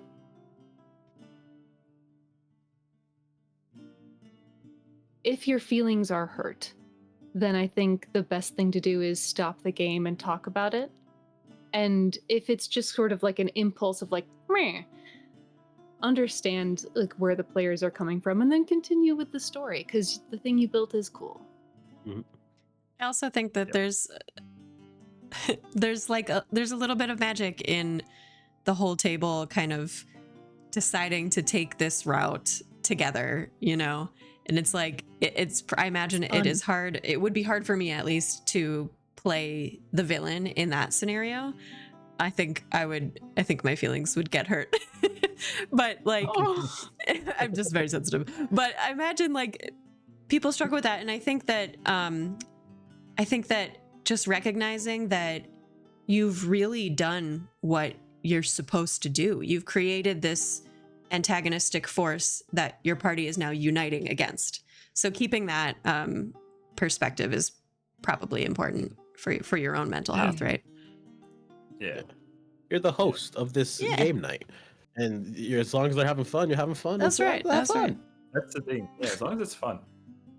Yeah, fun But is of course, most if it's important. not fun, stop and talk to your table. I wonder. Yeah, exactly. Button, did we hear a story from you? Did you have one? I do have one. Oh, And mine is more of like a lesson for planning contingencies overall. I had a minor villain who was like really digging in I think I've talked about it before, the fantasy campaign that I ran. And this was like a Rumpelstiltskin-esque character, so very like enchantment and illusion flavored. And there was information that I didn't think to put a redundancy in the space for this villain. And the like just the way that the roles shook out, the party like killed him straight off rather than like trying to talk because they were so pissed at him, which was great and like dynamic and fun. But then it killed him, and I was like, where do I put the information that he had in his brain? Where do I put that? So and I worked it out, but like it took some like, oh, we're gonna do a bathroom break, and I had to like, he's got a thing, and the DC to open it is this, and blah, blah, like, but like that's more of like a lesson for like, if you have like if you've got a villain and you've done your job and the party fucking hates them and Yeah. they're like they they go a lethal route right off the bat, and not every party is gonna think about like asking questions after. Some do. We're prepared for the ones that don't. Yeah. That's And like have that information live somewhere discoverable, because otherwise you are sitting in a bathroom Gotta on scramble. the sink going, oh my god. that's a funny If your one. villains have valuable exposition, you might need a backup. You might need a backup source. Exactly. So that was kind of my fail moment of like, shit. And I don't even know if it was necessarily a failure of the villain, but just not me thinking about potential outcomes. Yeah, it took you Yeah, by yeah. surprise a little bit. Oh, funny. Yeah, Sounds exposition like the tied villain to a succeeded. Yeah. exposition tied to a health bar is always a risky business. Risky fucking business. And I've been the player too who coup de grace someone really important for like information. I was like, well, the character just would like XYZ got threatened. That's what they care about. Like, all right, oh well, too bad. I wish this character didn't have an 8 int. Maybe I guess we'll deal with the consequences, we'll GM. figure it out. Yep, Yeah. we'll figure it out. Oh my god, Yeah. those are great stories, you guys. Well, I think it's time for our next segment. This is going to be an introduction to our little mini game. So we're going to start out with one trivia question here. Okay. This is our Right. tabletop trivia segment. The person person or persons who win this, who get this question right, will get an advantage in the mini game once we start that. Okay. So here is your tabletop trivia game. Actually, it's not tabletop related at all. It is fully villain related. So I mentioned that that atrocious definition of a villain from the American Film Institute. I know it's bad. You mean the perfect description that's not wrong and totally right? I know it's bad, but we're gonna use it for the purposes of this, because this is the only like official list of best villains of all time I could really find. So I wanted to use it. The American Film Institute, they did this list of the top 100 heroes and the top 100 villains from 20th century film. So just keep in mind, this is from 1900 to 2000 film villains. Okay, this is the category we're working in. Okay. And it's a very simple question. Who is the top villain on that list? Darth Vader. Wait, stop. Oh, sorry. Damn. Sorry, I should have explained. You're all going to answer yourselves. You could write it down or you could type it and you can all send it in chat at the same time. But I'll give you like 30 seconds to... No cheating, right? No Googles. What were the years again? This is the what were the 20th years? century, 1900 to 2000. Okay, so they're old. Yep. Okay. Button is locked in on Darth Vader. I'm gonna type to you.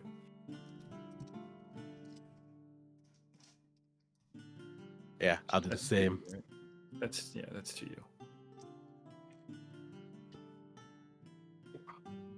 I'm going with what I think is just popular.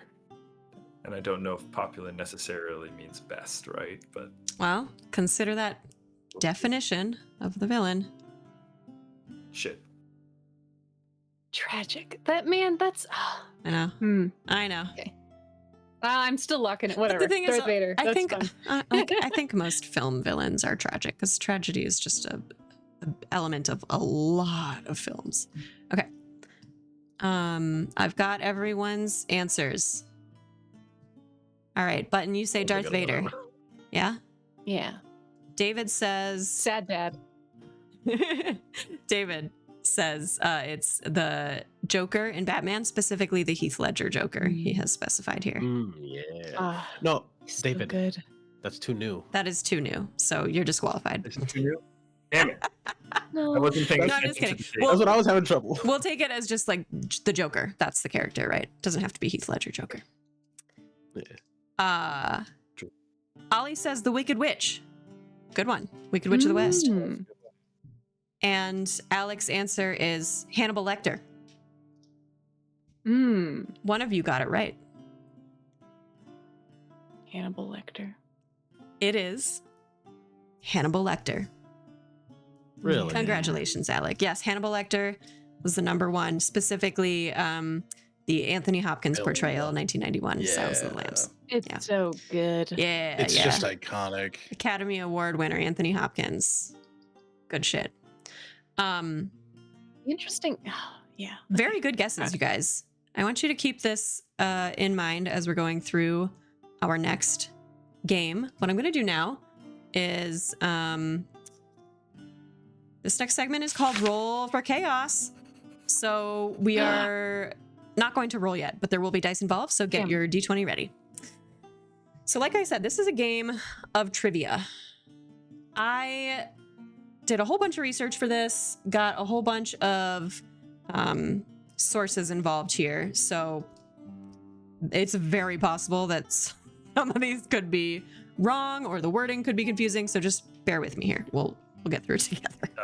I'm gonna share a link in chat. This is the for the players. This is the BBEG trivia game. Da-dum-da-dum. Oh gosh, there's a link. It's gonna open as a Google sheet, and I will put it up on the stream as well. Oh, we're doing full blown. Oh boy. It'll go fast, I promise.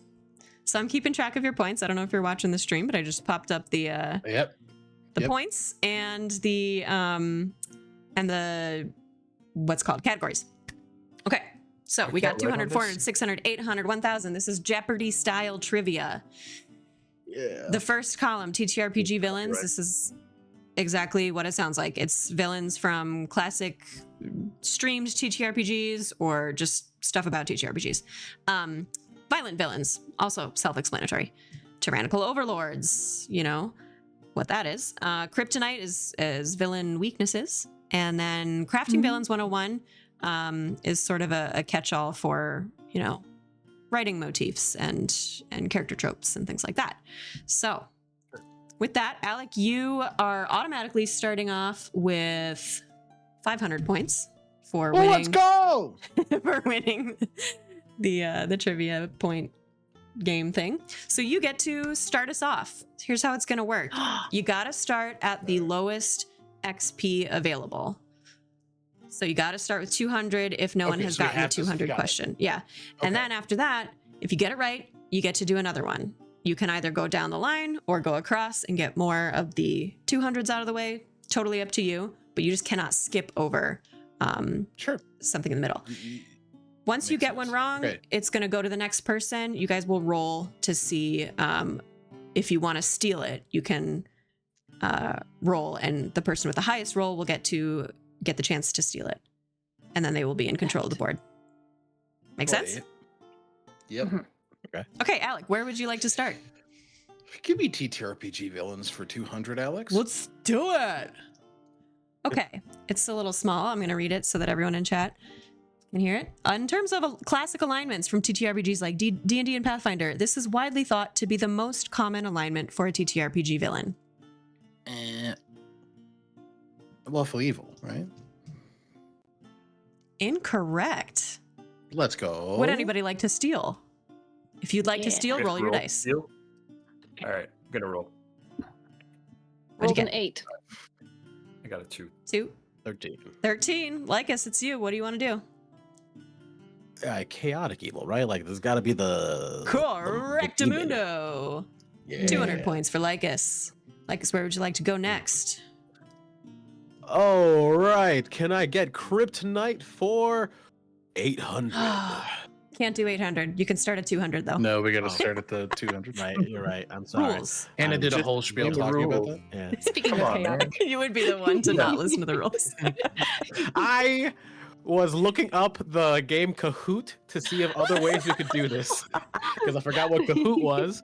I don't Yes, know you're what right. that is, but it sounds great. Okay, Kryptonite for 200. Here's your question. The key to defeating this classic vampiric villain is sunlight, wooden stakes, and a good dose of garlic. I mean, Dracula, right? Hell yeah, it is. 200 more points for Ale. Would you like to carry on with Kryptonite or select a different category? Yeah, let's do another Kryptonite. All 400. The Wicked Witch of the West from Wizard of Oz is known to melt and wither away when she comes into contact with this substance. Common H2O water. That What a is fool. correct. Where to next, Ollie? You have to give the answer in like a specific way. Don't you have to What say, is water? What is I H2O? I was gonna go for the questions. So disqualified. Whatever. What Whatever. is? We can do that if it's fun. You guys want to do Water is question answers? Water is correct, yeah. Water's correct. What is water? Okay. Let's go for let's change it up to tyrannical overlord. Okie dokie, you got it. For 200 points, this King of Darkness from The Legend of Zelda has returned in many forms across eras, always seeking the Triforce and dominion over Hyrule. You know what's really upsetting? What? I don't actually know his name. Oh, you. I know it sounds like Gandalf. Who we wants rolling to steal? steal? I'm in. I want to All try right, to roll steal. it. Ollie, go I ahead. rolled in Okay. that one, so if all of Okay. you could kindly also roll in that one. I rolled a 17. It's like Garuda. I rolled or a something? 15. All right, Alec, what is it? Ganondorf. Ganondorf is correctamundo. And I've never even played these stupid fucking games. Oh. Betrayed by my I dice. was so close. I said Gandalf. It was so You close. were close. You were on the right track. Alec, what's next for you? Let's do violent villains for 200, Alex. You got it. Known for his explosive rampages and unrelenting pursuit of bloodshed, this villain from The Dark Knight is considered one of the greatest cinematic examples of chaotic evil. What is Heath Ledger's Joker? You got it. Doesn't even have to be Heath Ledger. I'm going to give it to you. It's I'm just so sorry, the David. Joker. That's It is- fucked up. I know. That's so fucked up. Salt in dog. the wound. I'm so sorry, dude. It's all How good. dare you. I'm so sorry, homie. Let's do. You treat him well. You should know. Let's do violent Hold villains him for gently. 400. Violent villains for 400. This villain, sometimes called the Mad Titan, wants to wipe out half of all life in the universe, believing it's the only way to restore balance. Who is Thanos? Yup. Where to next, my friend? Let's do TTRPG villains for 400. Okay. Alex. Getting after it. Ooh. This ancient red dragon leads the Chroma Conclave in Critical Role's first campaign. This is Thordak, the Cinder King. You nailed it. On a roll. Next. Who is this kid? Who is this guy? Let's do crafting villains. For Okay, new category. Brrrr. The first step to creating a compelling villain is understanding this driving force behind all their decisions. 200. What is motivation? Yup. Alec. What do you want next? He's a pro. Uh, He's beginning to believe. Are the cards? I don't like this, guys. I want to stop believing. Give me kryptonite for 600. All right. Getting to some harder questions. Maybe. Peter Pan's primary antagonist, Captain Hook, is famously afraid of time as well as this creature. It's a crocodile. Yup. Guys, it's taking the board here. I guess that is a My that is dice- a kryptonite. Yeah. It's a weakness. And then we'll do tyrannical overlords for 400. Okay. That's Alec on this game. A dictator with a penchant for cruelty and manipulation. This villain rules over the land of the Hunger Games. Let me. No idea This might what be this the guy's one. name is. This might be the one. Who is President Coriolanus Snow? We got a middle name? First I'm and sorry. middle name? Coriolanus is the first name. And Oh. Snow is the That's last the I thought first this was middle name. I name? was so impressed. But I still, know. even the first name is really impressive. Yeah, that is correct. Damn it. And then His name is I'll stick with- Coriolanus, and he made it to presidency. My God. I'll stick Corey, with there's tyrannical a- overlords for 600. Okay, you're on a roll. This cruel queen and warlord controls vast armies and utilizes ancient forbidden magic, all in the interest of protecting her children and continuing her family's rule.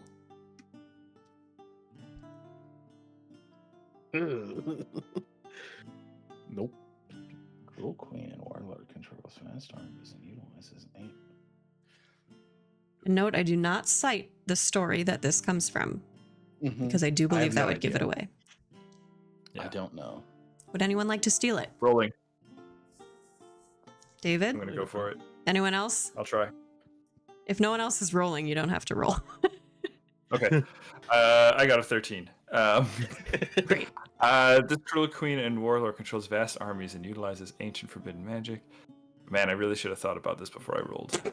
I just wanted to get in. What do you think? Maleficent? No, I'm sorry. Would I know anyone else? exactly who Okay, it is wait. now. Would anyone else like to steal? I'm sorry, Alec. You lost control. You cannot steal this one. Yeah. Protecting her children. Protecting her children. Can I roll again? I don't have the answer, but I'll roll to be a part of this. Of course, I roll a nat 20 on the one I don't actually. Oh no! Here, All button. right. I'm gonna Oh, call you beat time on me. this one. It is Queen Cersei Lannister. Oh. So the The ancient forbidden, forbidden I was magic. wondering. The forbidden magic. Yeah. That would be the necromancy that She She was able has- to have children because of the she met a witch in her youth. well, she also has She also, what's his yeah, name do the necrotic ritual to bring back the mountain. Oh, sure, the Right. mountain. Mhm, I know that one was kind of tricky, but we're getting It's a to some sneaky trickier question. ones. The warlord part really. Yeah. Yeah, the warlord. I and know I if was she's thinking that. Phrasing. as well, but the forbidden magic and warlord got me. Yeah. Oh, All right. So, Button, I'm going to have you take control of the No. board because Yeah, take control of the board. you rolled a nat 20. And Yes. there are no rules for a circumstance like this, so I'm making one up now. Okay. What would you like? you rolled a nat. Let's do crafting villains for 400, Alex. You got it. This term describes an antagonist character whose traits, values, or motivations are presented as a contrast to the protagonist, usually to highlight or emphasize certain aspects of the protagonist's personality or story. I will accept one of Foil? two. Yes. Ding, That ding, is ding, ding, ding. Exactly the one I was looking for. I would have also accepted. Well, no, I wouldn't have accepted antagonist because it's in the question. So never mind. You got it. Yay! Yay. You're on the board, Button. Where to next? I'm on the board. Can we do TTRPG villains for 600? Yep. In Dimension 20's Fantasy High Damn. campaign, this villainous group seeks to plunge the world into chaos using ancient elven artifacts. Oh God. Group. There's a leader and a group, and if you can get either one, I'll give it to you. Pepperlily Copper Kettle. No. Is that the name that they give? No. No. Okay. I will say is though, it the I don't- Nightmare King? No. I haven't listened to this campaign. I just got this from a like a trivia that someone else made. I also may have just spoiled because I don't know which season this is about. It's all good. We gave a blanket spoiler one where alert. that happens. So that is Okay. incorrect. Would anyone like to steal? I have no idea. No idea. No Dimension 20 fans. Ollie? I'll take a Ollie? shot. Yeah. That's what 18 on die for whatever matters. Porter. No. I forget his real name, but the I was gym. about to say guy. because Kipper Lily is on the team. That's the thing. Porter and Kipper Lily are. I take umbrage with this question because both of our Interesting. answers are correct. Let me give you the answer that I have here, and then y'all can debate because I don't know anything about this campaign. The answer is the Nightmare King and the villains of the Night Yorb cult. Like Yorb.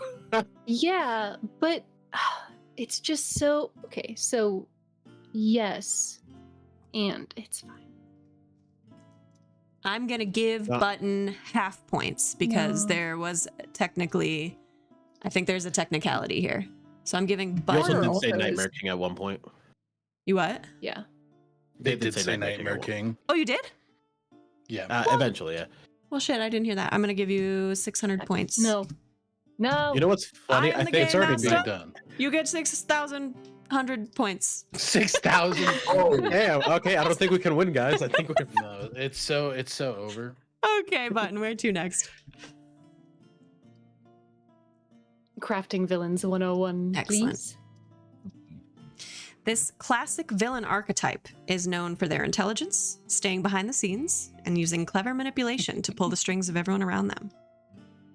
Mastermind. David's just hanging out. Nailed it. Yeah, I got my dice and my cup ready. Ready, Steve. Ready to Give it steal. to me. I love it. I'll do what I'm bad at. Let's do kryptonite. Okay. Is this your kryptonite? Sorry, I couldn't resist. Yes. Okay. Straighten This up was there, the gamer. final Horcrux Damn, to be he knows. destroyed, besides Harry and Voldemort, making Voldemort's defeat much easier for Harry in the final duel. Nagini. Yeah, you got it. Yeah.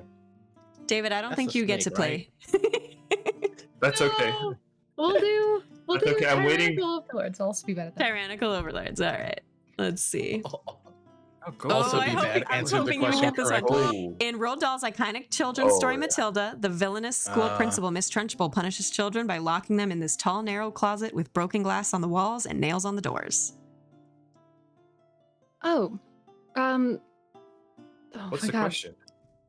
Yeah. Is it This is the answer because it's Jeopardy style.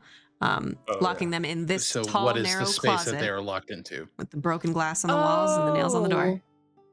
What's the name of that? Fuck. The room of requirement. No, Clue. It's a torture device, but do I remember what it's called? No. It's a torture device. you 10 say. seconds. Yeah. David, steal it. I'm going. Oh. going. I'm rolling. Okay. I got 11. Or David. 19. 19 It's from yours. Alec. What is the pokey? Sorry, No I way. don't mean to laugh, but no, that is incorrect. Is that not what it's called? It rhymes with what you just said. David. David, steal it. Oh, it rhymes with what you just said. It rhymes with pokey. Oh my god, that's so funny. The Oh, I know what I was thinking. It doesn't rhyme with pokey at all. the whole key. No.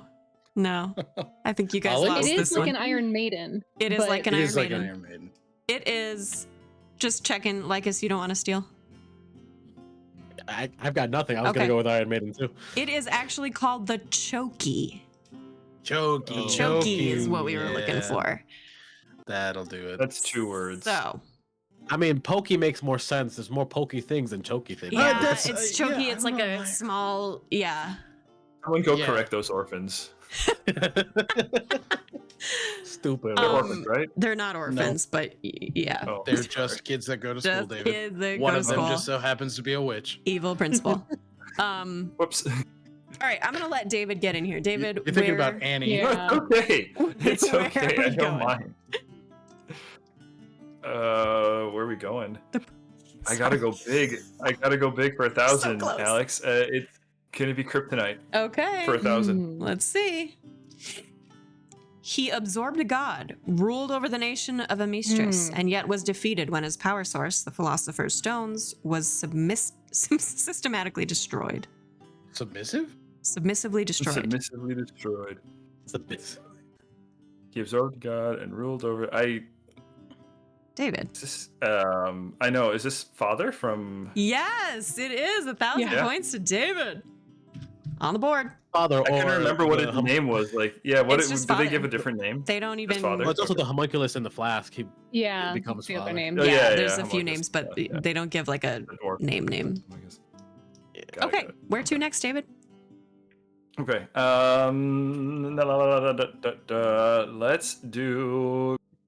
Let's do crafting villains for 800. Okay.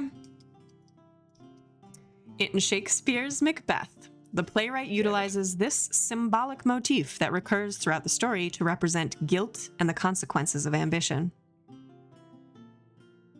Button is poised to steal. I'm just ready. Darn right. I'm gonna go a shot in the dark. Is it the Fates? No, incorrect. Okay. Would anyone else like to steal? I don't Yes. know, Macbeth. But roll better than a 9 if you want. I'm not I rolled a rolling 9. shit. I did roll better than 9, but I don't know. I'm just gonna give a guess. Skulls for is Nope. it skulls? What is skulls? Nope, I got nothing. Nope. What is I think skulls? you're thinking of Hamlet, perhaps, but go ahead, Button. Yeah. Blood! Blood, correctamundo, 800 points to Button, which puts them in the Damn lead. spot. Okay. Where we we'll going go next? Crafting villains. We'll do crafting villains 101 for 1,000. 1,000 points. Let's see. This is a hard one. This iconic storyteller once said, "Make no mistake about it. You've got to be as interested in the scoundrel as you are in the stalwart in order for the story to work." Oh fuck. This is like real trivia, obscure shit. Mark Twain? Mm-mm. No. Anybody want to steal? Shit. I'm gonna try. Let Alec and I rolling off. 3. 5. Take it away. Ollie, are you in it too or no? No. Brr. Sure? Fuck, I've heard this Sure. before. It's gonna drive me crazy. You Ollie, you said sure. Make your Yeah, roll. sure, gotta roll I'll better roll. than a 5. An 11. Okay. Go for Like it. crap. I was hoping to go last. Famous writer, right? Iconic storyteller. Storyteller. Yeah. Right. Okay. Who's the guy that wrote it? Stephen King. He wrote a lot. He's got It a is storyteller. not Stephen King. David, what's your guess? George R.R. Martin. It is not George R.R. Martin. Alec, it's up to you. Tolkien. Nope. Y'all got it wrong. Damn. It was Who is it? Stan Lee. Oh. Yeah. I've heard this in an English course before. Yeah. Who said it? Yeah. That is old Stanny boy. When I saw the word scoundrel, I thought to myself, like, that's something George R.R. Martin would say. I can hear him say it something now. I know, Quaint. it does Very sound too. kind of Martin-y. I was just going for pure volume. The man has written a lot of words. Fair enough. Mhm. I'm gonna have you all do rollies to see who's gonna take over. Rollies. Ooh, 3. 15. natural 18. 20. Ooh, shit. Natural 20? Go. Yes, sir. Alec, where are we going? Violent villains for 600, please. You got it. In Attack on Titan, this Titan commander hurled boulders like missiles, crushing soldiers en masse without remorse. Who is Zeke, the Beast Titan? Sure is. 600 for Alec. Putting Let's him back finish in the off- lead.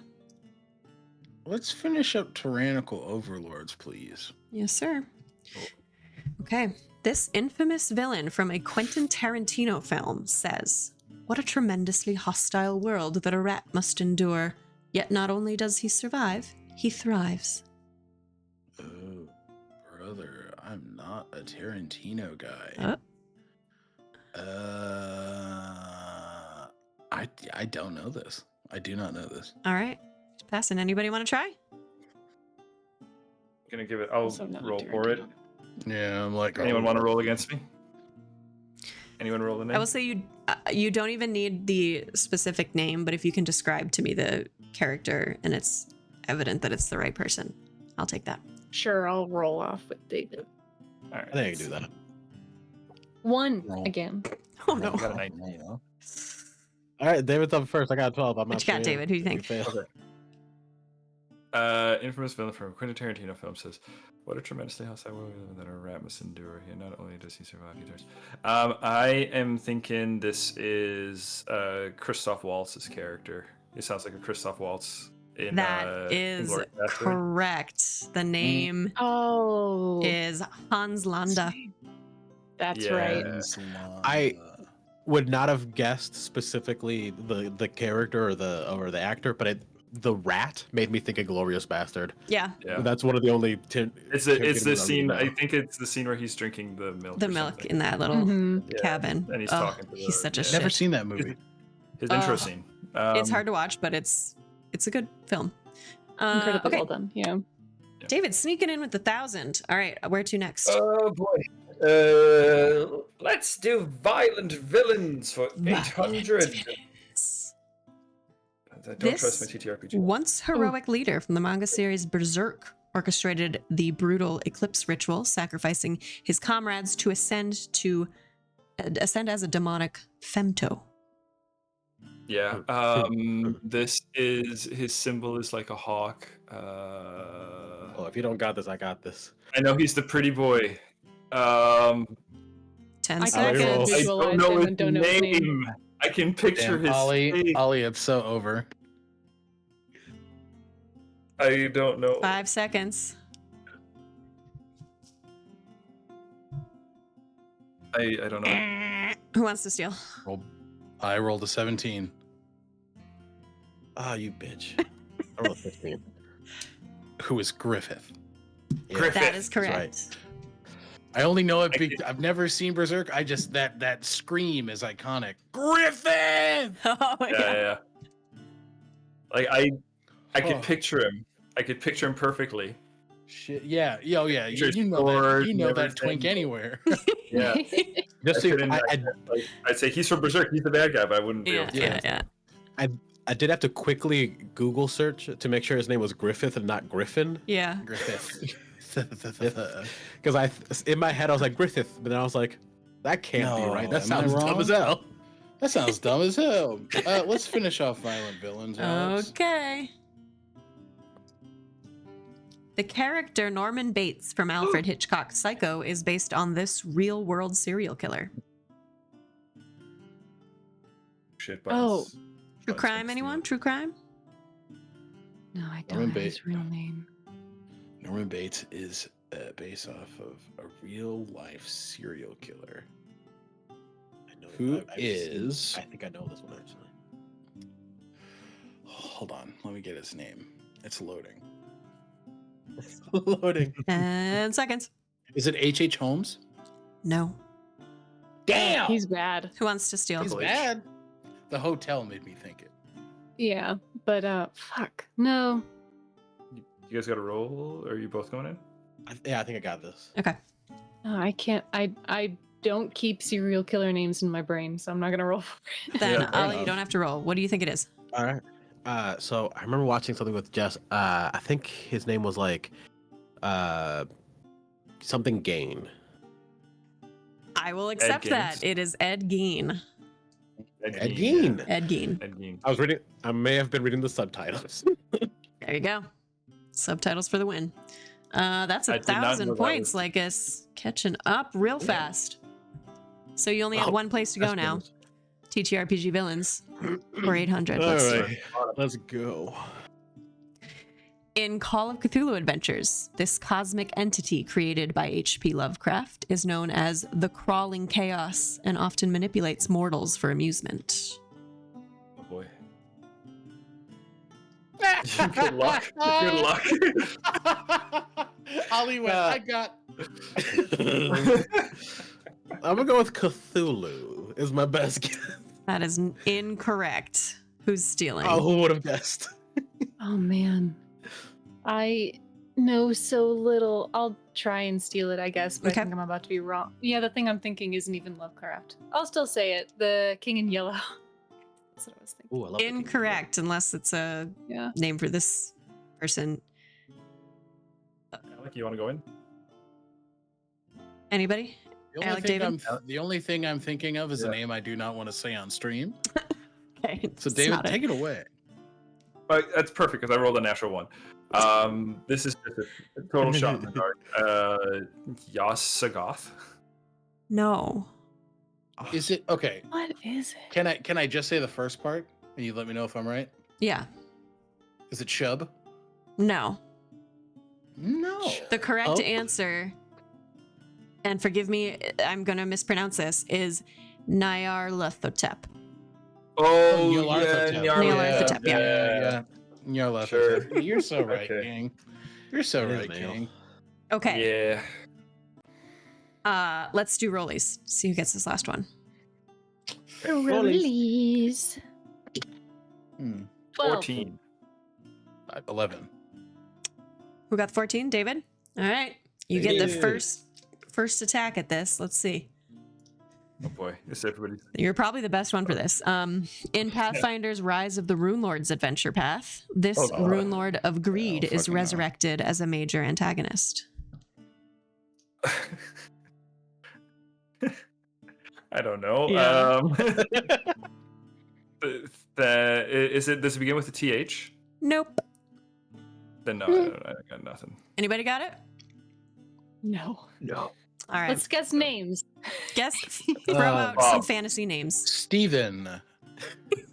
Rune Lord I said Steven. fantasy names. Ragnar. No.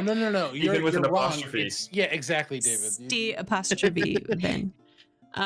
STE apostrophe PHEEEEEE apostrophe EN. No, the correct answer is Karzog. Karzog. Oh, of course, it's Karzog. Karzog. Oh, dude, how did I not get cars? That was the next one I had on my. Shit. I'm looking this After one up. I'm looking Steven, up I was Karzog. thinking like it's got to be Karzog. Okay. Fake fans, we are. You know, not getting Karzog. All right, Bless you. one more step to this trivia or this Jeopardy style trivia. We are going to do a final bet. Okay, Final Jeopardy? final Jeopardy. Final Jeopardy. Got it, Alex. So,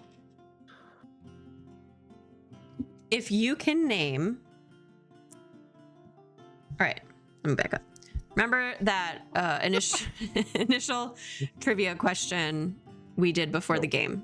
Hannibal Lecter was the number one villains. villain Mhm. from that list. This is the American Film Institute. If you can name 3 of the top 5, not including Ooh. Hannibal, you will get whatever number of points you want to bet. So you can bet up to all of your points. You gotta Okay. get 3 out of 5. Damn. That's such a risk. Yeah. That's I'm the bad at idea. gambling. I'm risking it for Ollie. the biscuit. All 1,800. You know I me. knew I could count on you to Yeah. go all Ollie, in. I'm gonna go into all 2000. And I'm gonna give Hells you yeah. I'm gonna give you a full minute. Okay. Do you want to go first, or do we So- roll off? And so we're making one guess, and we're hoping to land one of the other 4 in the top 5. 3 of the other 4. Yeah, you gotta get 3 of the other 4. So not Oh, counting so- Hannibal Something I Lecter, right? know I can't do. So we're Yeah. making 3 guesses. Yep, Yeah. I need 3 names. I need 3 villains. Alright. So I'm gonna stick with my Wicked Witch because I do think that's a good idea. It's somewhere in the Okay, top. okay, hold 10. on. Write them down. Okay. Write Okay. them down. Oh, yeah. Should we just send them to Write you, down Hannah? how much you're betting, and then write down your answers. And I'm gonna start a timer right Okay. now. Sorry for typing in your ears. Keep in mind, while you're thinking, this is top 100 villains in film from the 20th century. Mm. Do do do do do do. I've got 2 for Okay. sure. I just threw three names down and I sent it off. And you wrote down how much you're betting. Oh, you guys are I setting bet it to all me. 2000. Yeah, Okay. I sent them to you direct. Okay. I bet all 2000 on a pretty sure I didn't get a single Fun. one.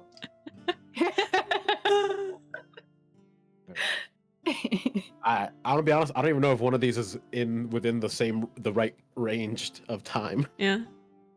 Yeah, I'm not good with. I don't know when movies are. 5 seconds.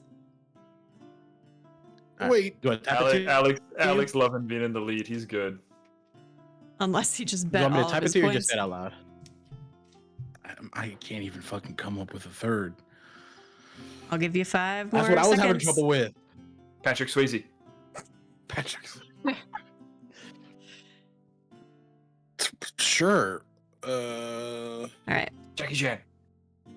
Notorious How villain dare of you. Dirty Shut Dancing. up.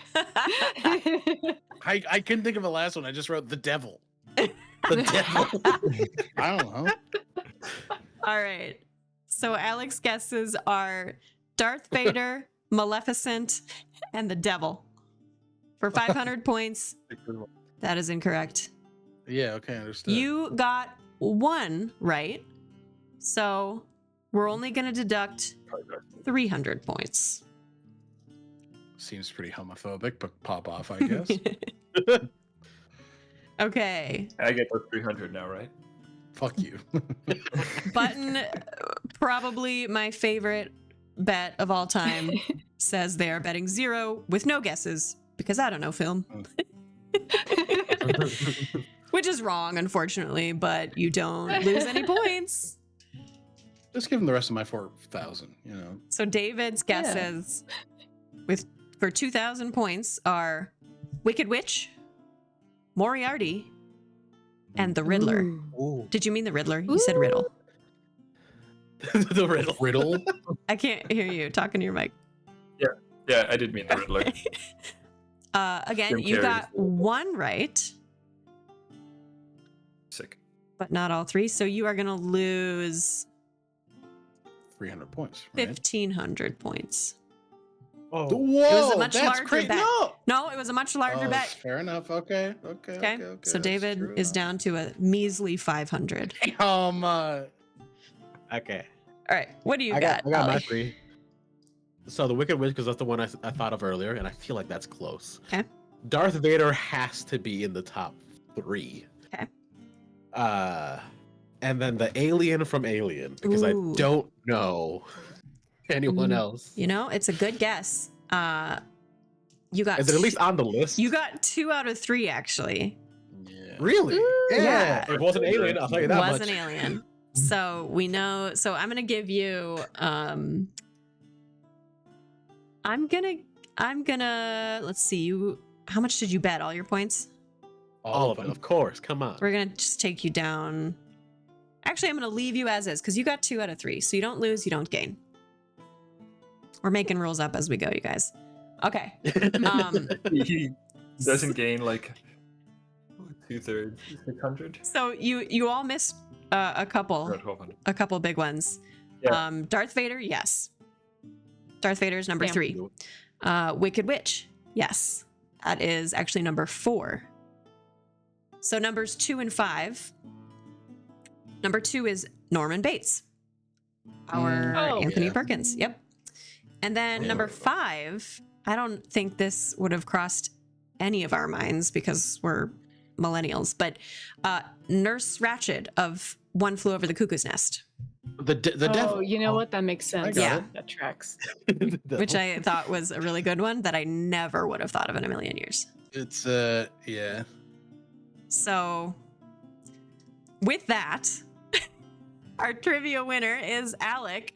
You have earned the title of Villainous Mastermind, and we are all very happy for you.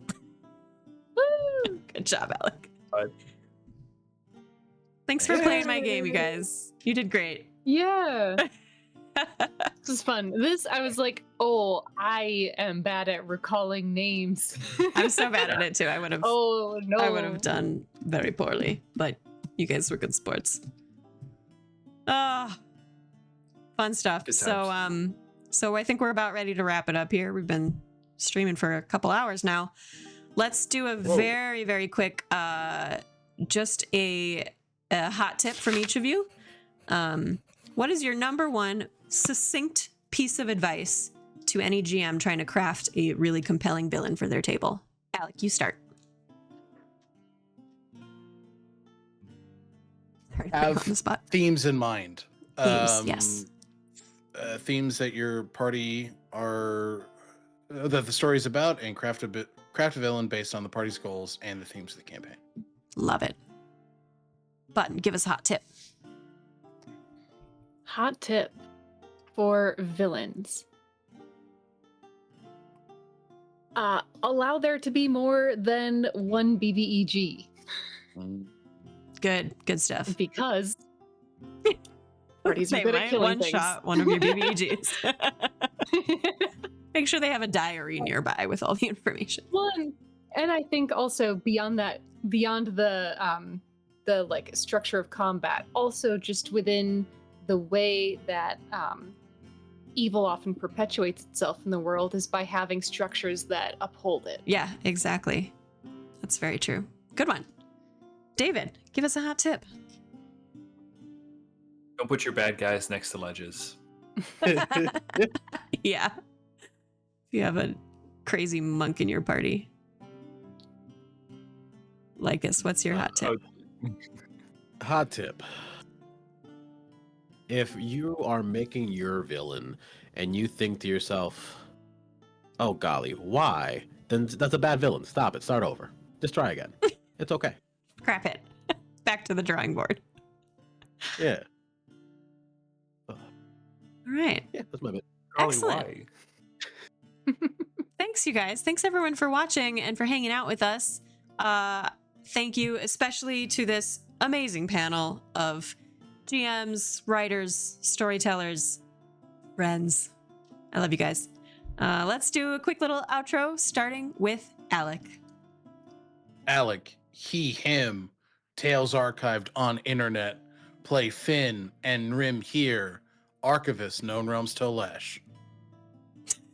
Amazing. Button. Button, they, them, blue button, social media, Mm. Echinacea, on Tales Archived, Cress, Amanita, and Sugar Pea on Stealthy Elf Productions. That's it. Amazing. So succinct. David, go ahead. Hi, David, he, him, Stealthy Elf Productions, Pathfinder 2nd Edition, Terra Mahia, Tales Archived, Faces. Basis. Ollie. I'm Lycus. I am also Lycus, and then I'm other D statuses as well. Terramahia and Shut up. Zanzi. You know? That's it. You know? You guys are so funny.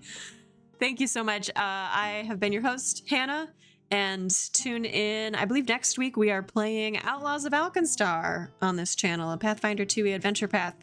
So tune in, catch us every Saturday night. We stream right here on Stealthy Elf, all kinds of fun TTRPG content. Thanks for Hawktua. watching, everyone. Hawktua, that's right. You'll see what that means when you tune in next week. Bye, know what that everybody. Yeah, Bye.